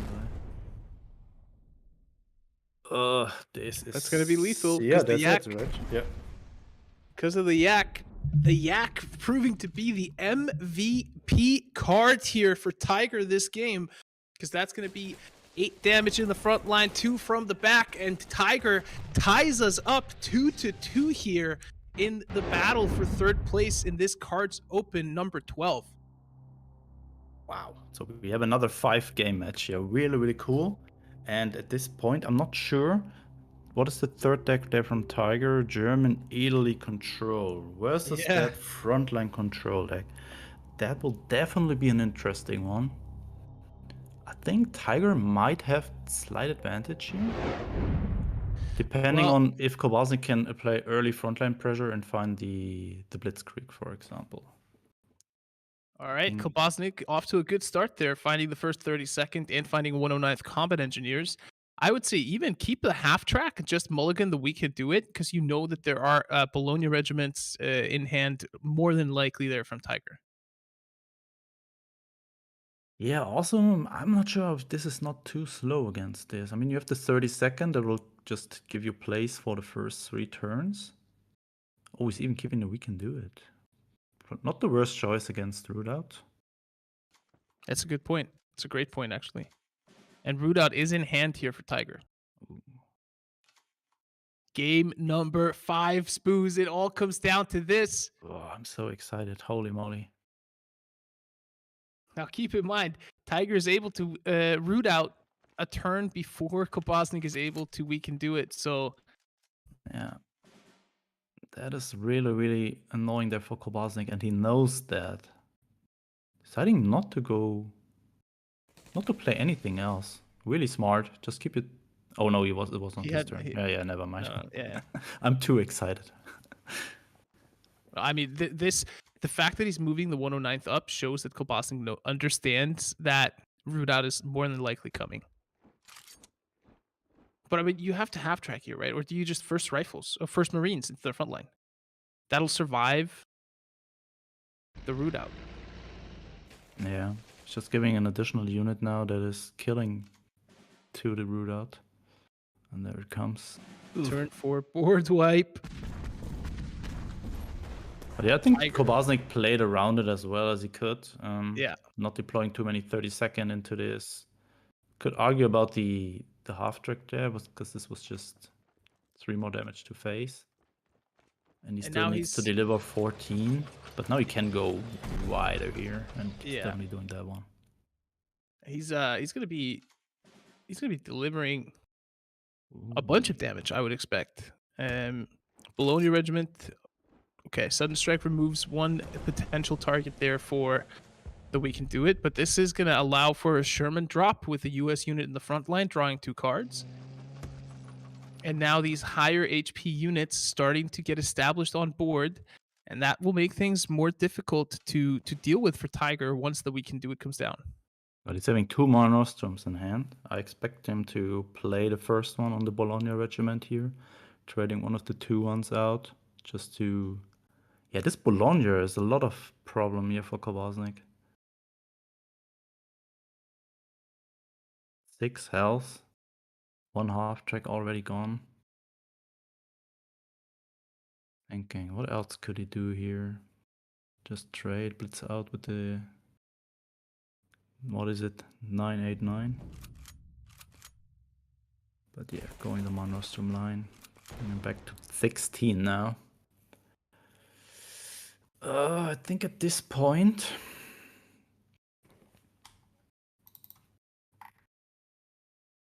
Tiger's having the advantage here.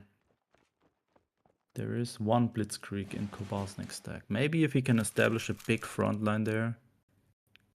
And can... Oh, we found the Blitzkrieg. Yeah. He's got a Whirlwind and First Marines, and he can get both into the front line next turn.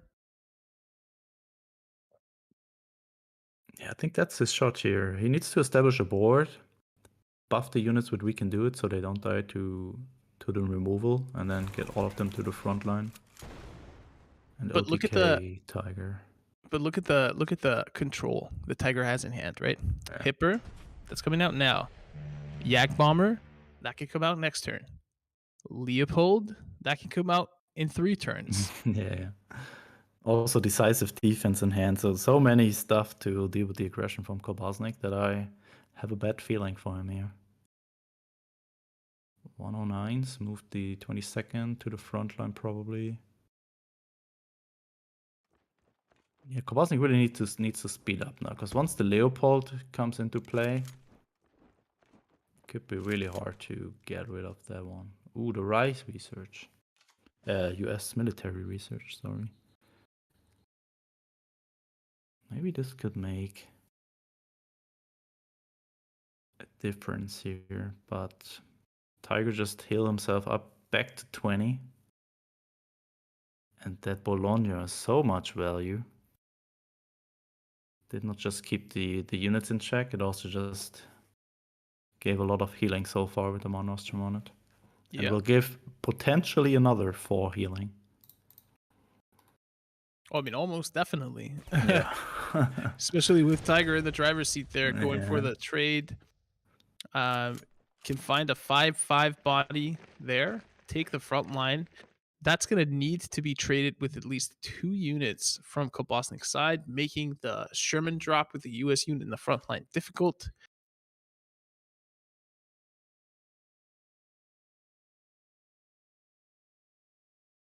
Ooh, just deploy unit, we can do it, or just play the we can do it and trade now, so he's not losing any units.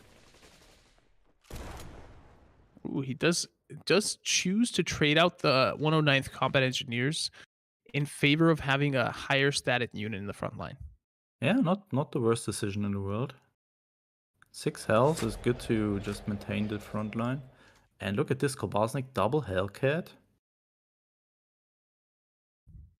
35T and Blitzkrieg in hand.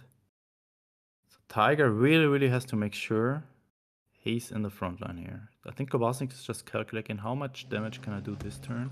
He can do a lot. Yeah, really a lot. That's 12 plus 17. 14, 17 damage. And Ooh, gets rid goes of for the the trade. Tiger. Okay. Yeah, not the worst decision. But there's a Leopold. Yeah. There's always another bounce. There's always another control element in this deck from Tiger. If it's not the Jag Bomber, it's the Leopold. But If look at this. were- Kobasnik is still having 2 Blitz units in hand and will get that 35T back in hand.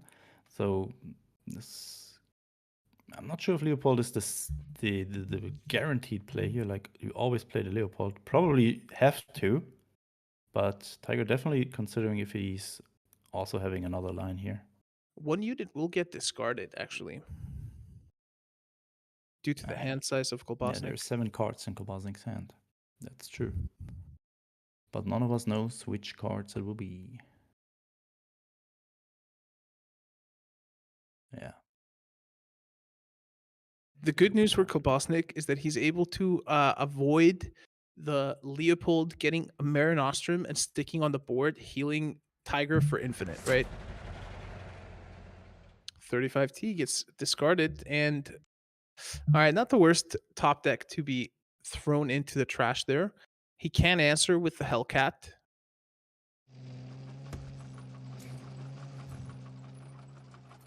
Kill the Leopold, I expect.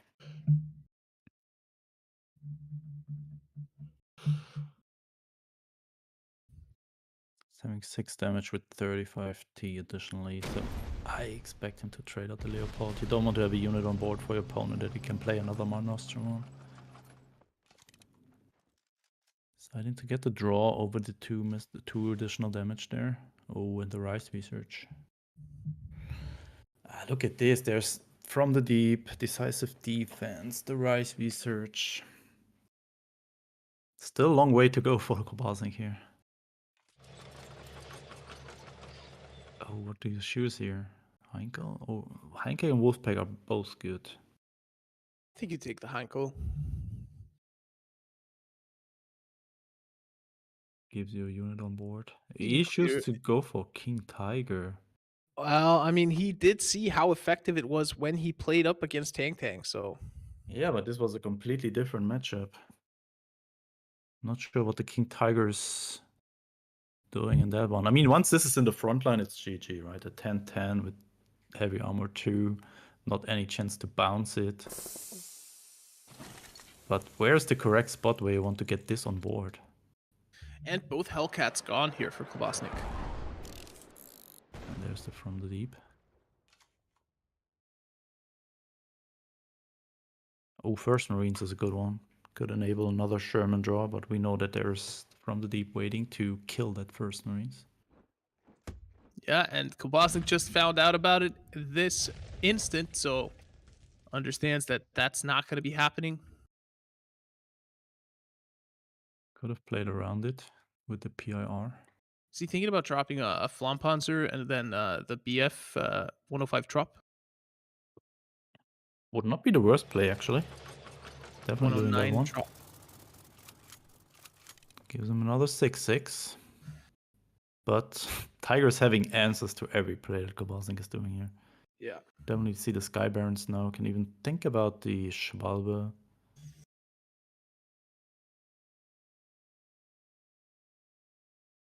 I think I would prefer the Sky Barons.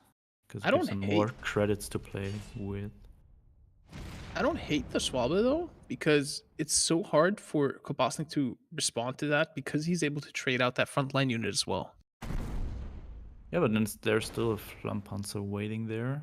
And this way he can also put up the decisive defense if he wants to. Could also just bounce the Flampanzer. So I like this line a little bit more. I think Schwalbe was a little bit too slow to give...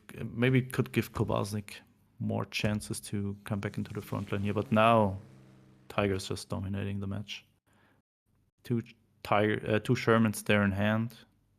I think the only chance for Kobasnik right now could be to go for Manhattan Project, but Tiger is having Mar Nostrum in hand, so we'll out-heal that easily. Not looking great for Mr. Kobasnik. Skytrain. And we can do it. Last we can do it there from him. Found the Wirbelwind. Not able to operate it this turn.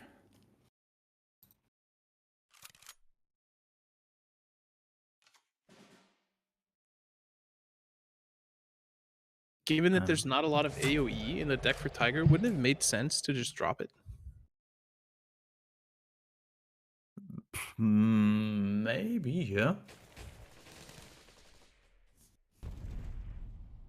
Not sure what he's keeping it for. Of course, there's no Blitzkrieg in hand left, where he can just blitz it out as a surprise. But this King Tire is looking really scary now.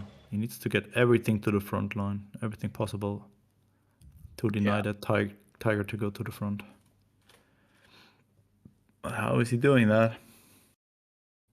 PIR, and what do you want to draw with the Sherman? It also looks like Kobasnik is running low on cards here in his stack left. Not too many. Kobasnik only has 9 cards left in his deck. Yeah, Meanwhile, so I'm not sure how much Shermans you want to play at this point. And his opponent has 19. Choosing to go for Manhattan Project there, but we all know this is never enough to kill and the root out Tiger there. Do you he care can about root the out.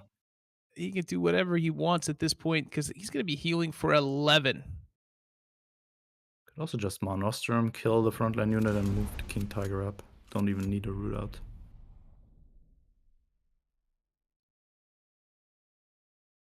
Like, both Hellcats are gone. This King Tiger is surviving forever in the front line there. It looks like he's not going for it. Not sure why, because there's not a lot of targetable spells in Kobasnik's deck. Orders. Yeah, and this Manhattan Project next turn is not even killing the King Tiger. 23 health. I think that's it. Tiger turned it around.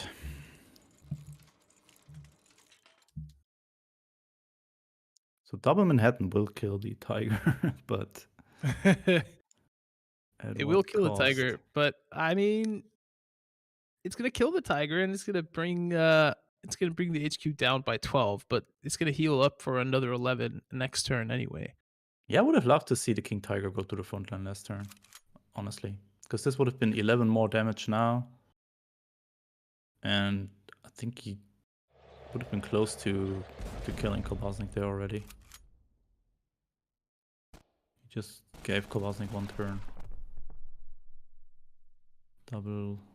Definitely double Manhattan coming out now. And then there's a Comet and Tiger's. Yeah. Tiger's hand, and I expect Kobasnik not to have the air defense. Nope, no air defense. I think this Comet is going to close out the game. Well, it needs a couple turns to do it. 2 turns, sir. And I don't see how Kobasnik is killing him next turn. Triple Sherman in hand. Not Triple Sherman in anything hand, with blitz. like 6 cards in the deck. He can draw through his entire deck if he wants to, but Hey, there's the 4th Sherman.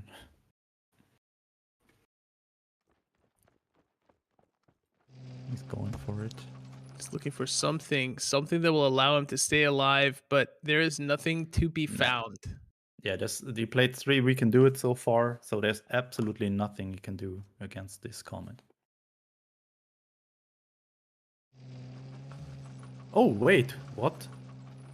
There's something that will stop the Comet. Ooh. Oh, wait. Wait. But there's a route out. It's not Yeah, going to be enough, though. It's not killing the Whirlwind. But he's Oh, having that one. yeah, he's got the Blitz. He's got the Blitz into unit. Comet.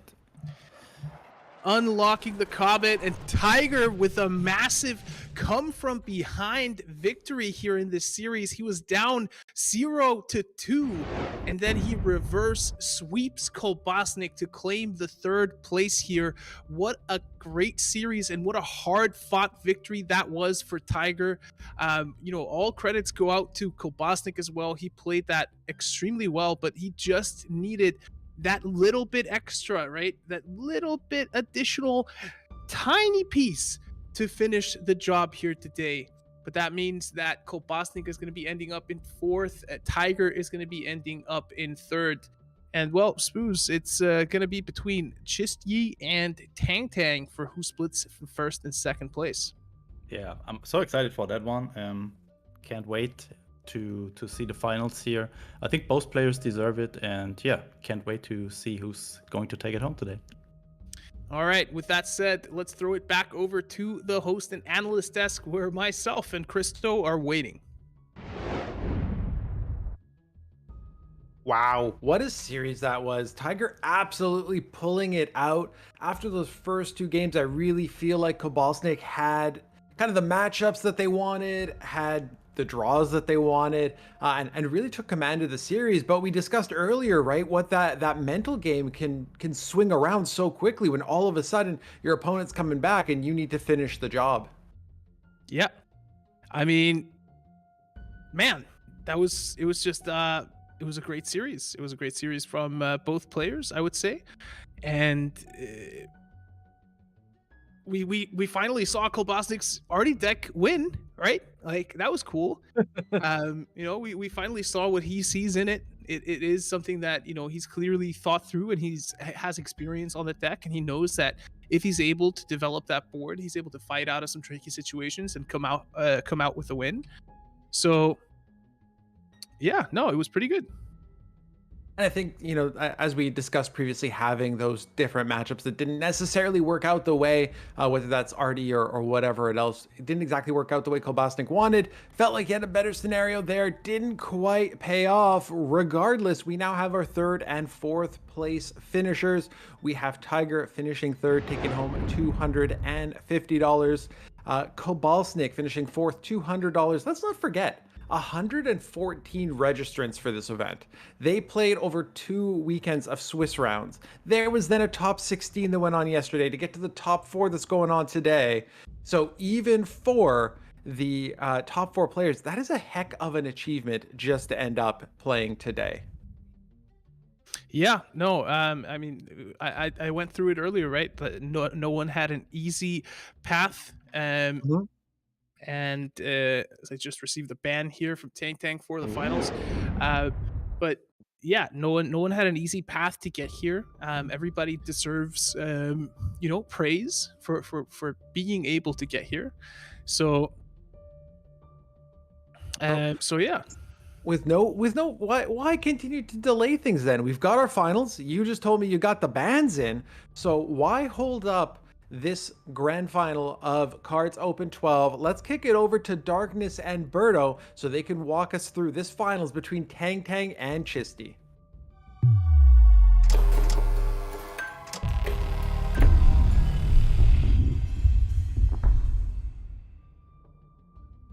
Yes. Hello, test. Am I muted? I'm good. Oh, thank God. I panicked a little bit here. Thank you so much, Big O and Christo. What an awesome series. Congrats to Tiger and Kobasnik for very, very good games. That was awesome. But do you know what also is awesome? Every time seeing an underdog going into the final against a veteran and very good player like Tang. Are you ready for Tang versus what's the name again? Chisti.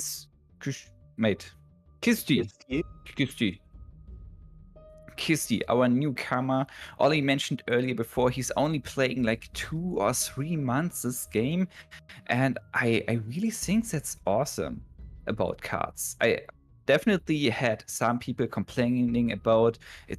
Like every CCG, it's pay to win. You need to have all the cards, and no newbies or no budget lists are in those tournaments. But that's just wrong. I mean, from time to time, every few months, a newcomer is proving everyone wrong by playing semi-low budget decks like Jaggro, like self damage like Brit Air, and coming in with not a lot of experience.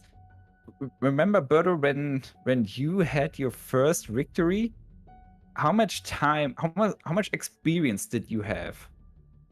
Well, I was a little bit different because I had been playing draft for almost a year on and off, but then I had only started playing constructed maybe 3 months before. And so I had a pretty decent idea of the game from playing draft, but constructed is a different beast, and it was really exciting to start out for here. So I'm sure Chisti, his heart is probably pumping 140 beats per minute right here, going against a giant like Tang in the finals of his first tournament that he's gotten so far. It's definitely nerve-wracking for Chisti, and even as veteran player, being in the final, playing for being the first, is not an easy task. You're nervous every single time. If you're on stage, if you're fighting for the money, if you're fighting, for the victory in this open. Tang and Chisti, Tang's control deck got banned. Chisti is respecting that, and Tang banned Brit Air, a very common choice. Not only today, but during the last months of KARDS Esport. Brit Air proved itself to be very consistent, very dangerous, and Tang just eliminated this deck from Chisti. And now we are going to start. Tang is starting with Brit Air, Chisti with J-Aggro. From this matchup, I feel like Brit Air has a little bit of the upper hand, but that's not necessary if J-Aggro is going first with the Panzer Befehlswagen turn 1 action. We are about to witness. This will be a slotfest. Tang also having 4 1 credit units, being able to play them. Gladiator is coming to withstand the early aggro here. Chisti, yes? I'm not sure that this game will last long enough to be a slugfest. Maybe not. Is he trading? That is very strange to me on this turn. Questionable. He is doing it because he's thinking about close air support, and he doesn't want this to become a 2-4 that trades more valuably. But you're going first, you have such a fast start.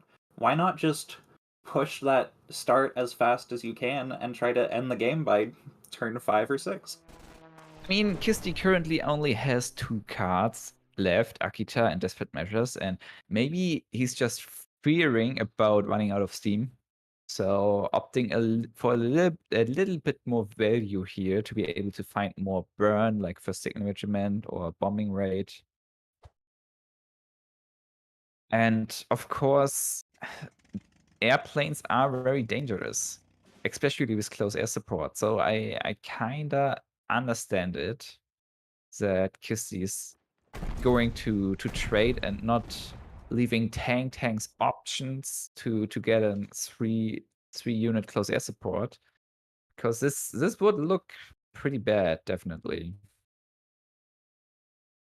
Ooh, and a lot of value probably going to be coming up from that HMS, the Empire Strikes. The Empire Strikes looks Yeah. very potential here. Of course, not being able to be played turn 3, so Tang is sacrificing his HMS Illustrious to absorb 8 damage. Yeah. Well, from Well, yes, but the Empire Strikes is clearing the board, and Chisti is only having a Mitre regiment right now. This is one is being able to send back from Love Lightning or straight up killed with Swordfish and for Finest Hour. I would love that. This bomber is really strong, especially buffed. And this allows the Fiat getting buffed as well, makes this 2/2 for 0 operation cost. Tang is hanging into the game. It's not over yet. yeah, and Look, the Empire Strikes for Tang here means that even when Chisti develops further, he's going to have a really tough position on his hands because there's another potential board clear. yeah, the second Empire Strikes. Those AoEs are very valuable against J aggro. And Tang being able to find both of them fairly early on top, the shelling, being able to kill everything with 1 HP and slowing Chisti down, this looks suddenly very good for Tang. He has so many options. Being And able to this play close air support, not even necessary though. This is a big reason why I was confused by Chisti in the early game going so far out of his way to trade rather than to push damage. At this point, it looks so hard for him, but if Tang was just a little bit lower at like 4 HP, you can really imagine how, with a couple of Mitos, you can really get there. But that is me saying all that with hindsight. There are definitely situations where he would have wanted to be trading this whole time. That's true. I mean, it's very risky to not trade against air, so we can't really judge Chisti for this decision. But maybe this would have been a little bit different. Chisti has the potential of Enigma here, not going for it. Very wise, definitely. Well, Tang able to draw a lot of cards, but Empire Strikes is needed here, I feel like, to be able to kill the board, buffing the other units, dealing 10 damage. This looks brutal. Tang able to draw one other card, but no creds left after that to do something, and that's it. Tang won the first. Nice opening by Chisti. A little bit too slow. Tang while trading value against Tang still was able to come back, take control, and leading 1-0 in the final of this KARDS Open 12th. Now, Chisti sticking to J aggro, Tang switched to Soviet self-damage. We saw this And- matchup before multiple times. J aggro performing very well today. So far, yes, but this does look like a pretty good hand for Tang here in the matchup.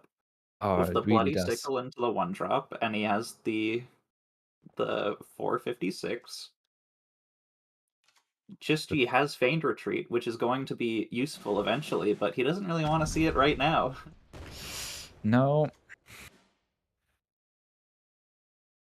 22nd Infantry feels a little wasted here. Well, Tang has to use the second Bloody Sickle onto it without being able to buff the 456th, but 134th guard is getting cost reduced, and we will see this soon.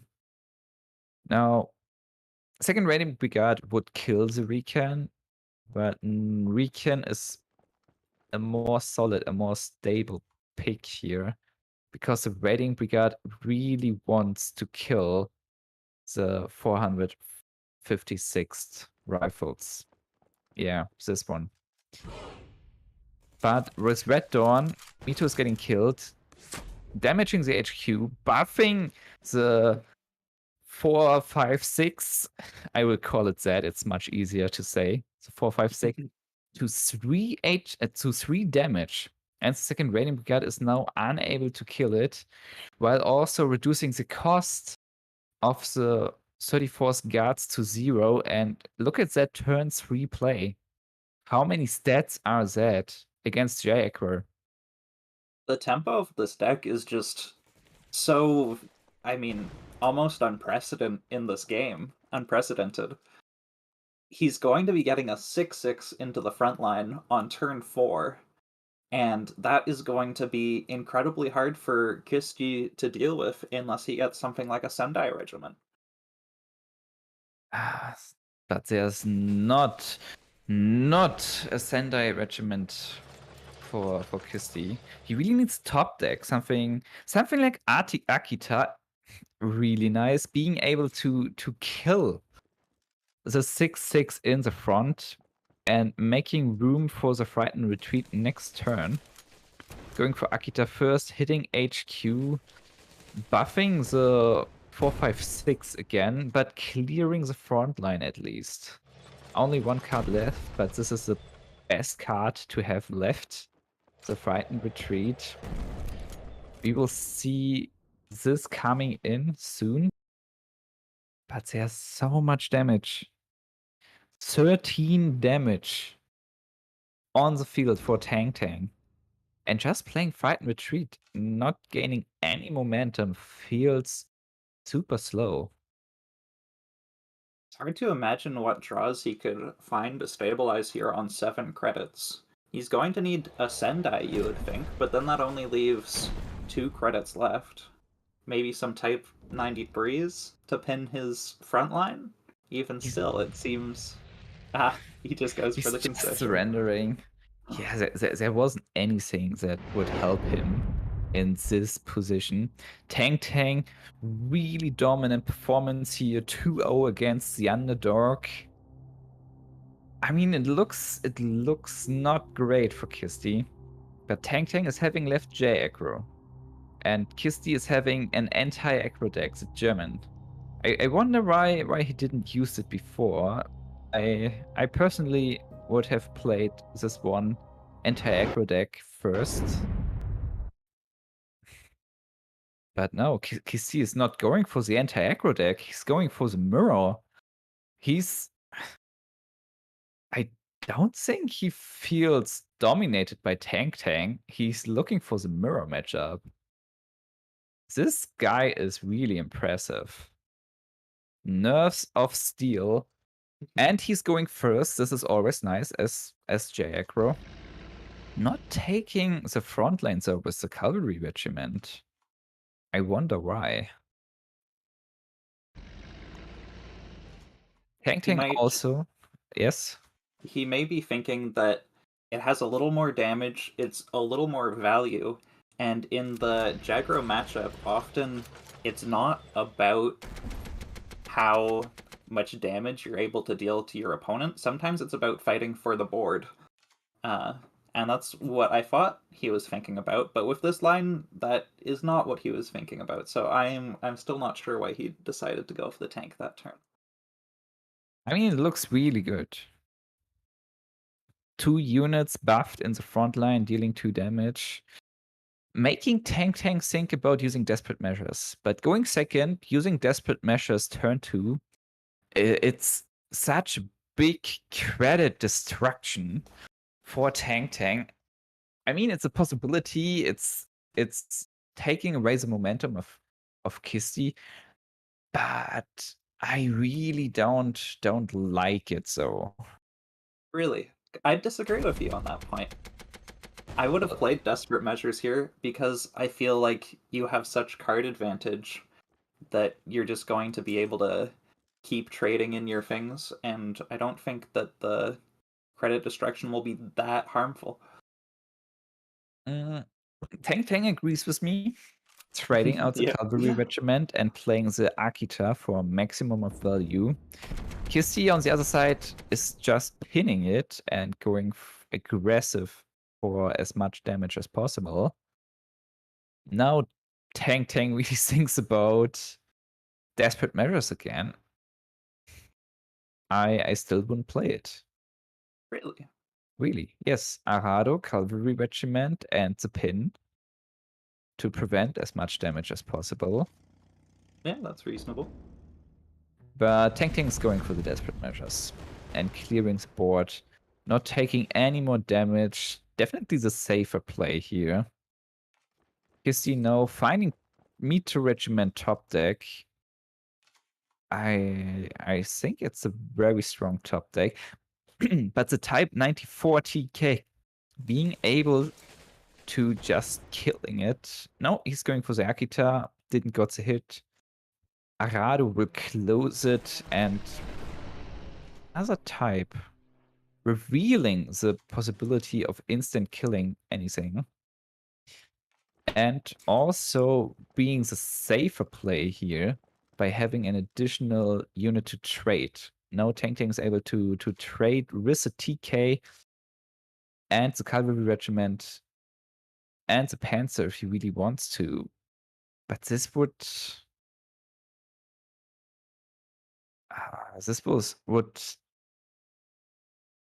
this would be a risk. Like dropping Cavalry Regiment and the Panzer. Maybe the Akita would kill both units. Protecting 2 damage. Yeah. I do think that Tang does want to trade first here, and then you have the cavalry into Panzer 35T. You can even start to push a little damage phase. Or just drop the Kagoshima. Yeah, sure. Chisti is really desperate to find an Enigma here. Yeah. Or the Feigned Retreat. Tang played really efficient. And Chisti's not finding card draw right now, so... This doesn't feel great. And Kagoshima in the front line is something really bad. And this is interesting from Tang. He decides not to move his tank to the front line to better play around bombing raid, which I really like. That's a smart move that a lot of people wouldn't think about, because it's a tank with 0 operation cost. It doesn't really matter if it's in the front line or the back line. You can keep it where you want solely for positioning reasons. Yes, and Chisti top deck bombing raid and is now in a really, really awkward position. Yes, there is a Kagoshima regiment, but bombing raid only killing this is not feeling efficient enough to use it. You really want to kill 2 or 3 units. But Tang, with a smart move you just explained, didn't allow him. So bombing raid is actually used onto the support line, dealing more damage. But how is Chisti able to deal with the Kagoshima regiment? This unit has ambush. A single blitz unit won't deal with it. I think if I was Chisti there, I would have saved the bombing raid, and I would have taken a lot of damage that turn, and Tang would have gotten another draw. But I feel like you need to just keep it around because you need more out of that card. Yeah, I would have maybe played Desperate Measures instead. Like Yeah. Panzer 35T, it's not enough to kill the Kagoshima, and Kagoshima plus Ki is able to deliver 11 damage, enough to close the game. Chisti is just surrendering on the spot. Well, this was an underdog story, not a hero story like in the movies, but he played definitely very well and secured himself a spot in the finals. The second place, this is $450, and congratulations to Tang. Very dominant performance. He really is proving himself to become maybe the next J-King, who knows.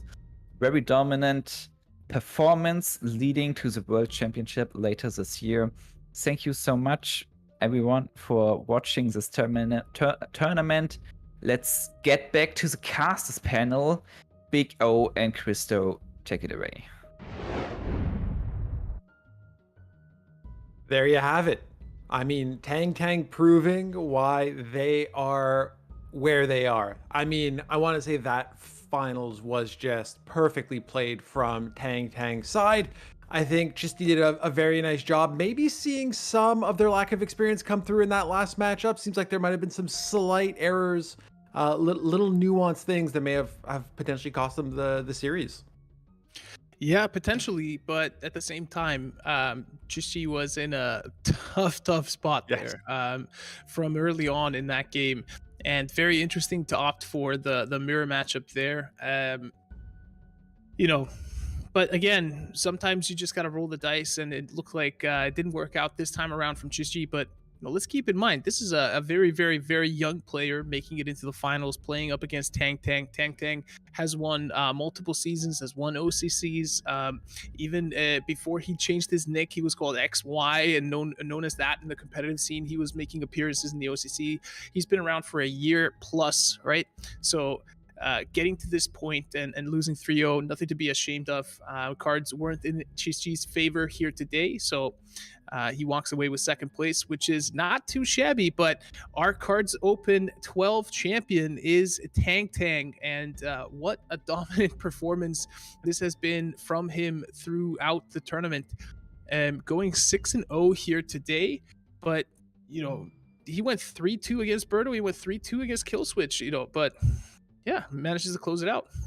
While you're talking about it, Ollie, let's bring up the bracket and kind of walk through exactly what did happen here. And I'm aware that these tournaments are not always time zone sensitive to the Asian community. So Tang just probably wanted to get some sleep and figured, let me just knock this out in a quick 6. And just like you mentioned, going 3-0 against Tiger, 3-0 against Chisti, but hard-fought battles against Birdo and against Killswitch, 3-2 in both of those series. So definitely worked hard to get here today and showed why they, to your point, have been at the top of the competitive scene in cards for the better part of a year.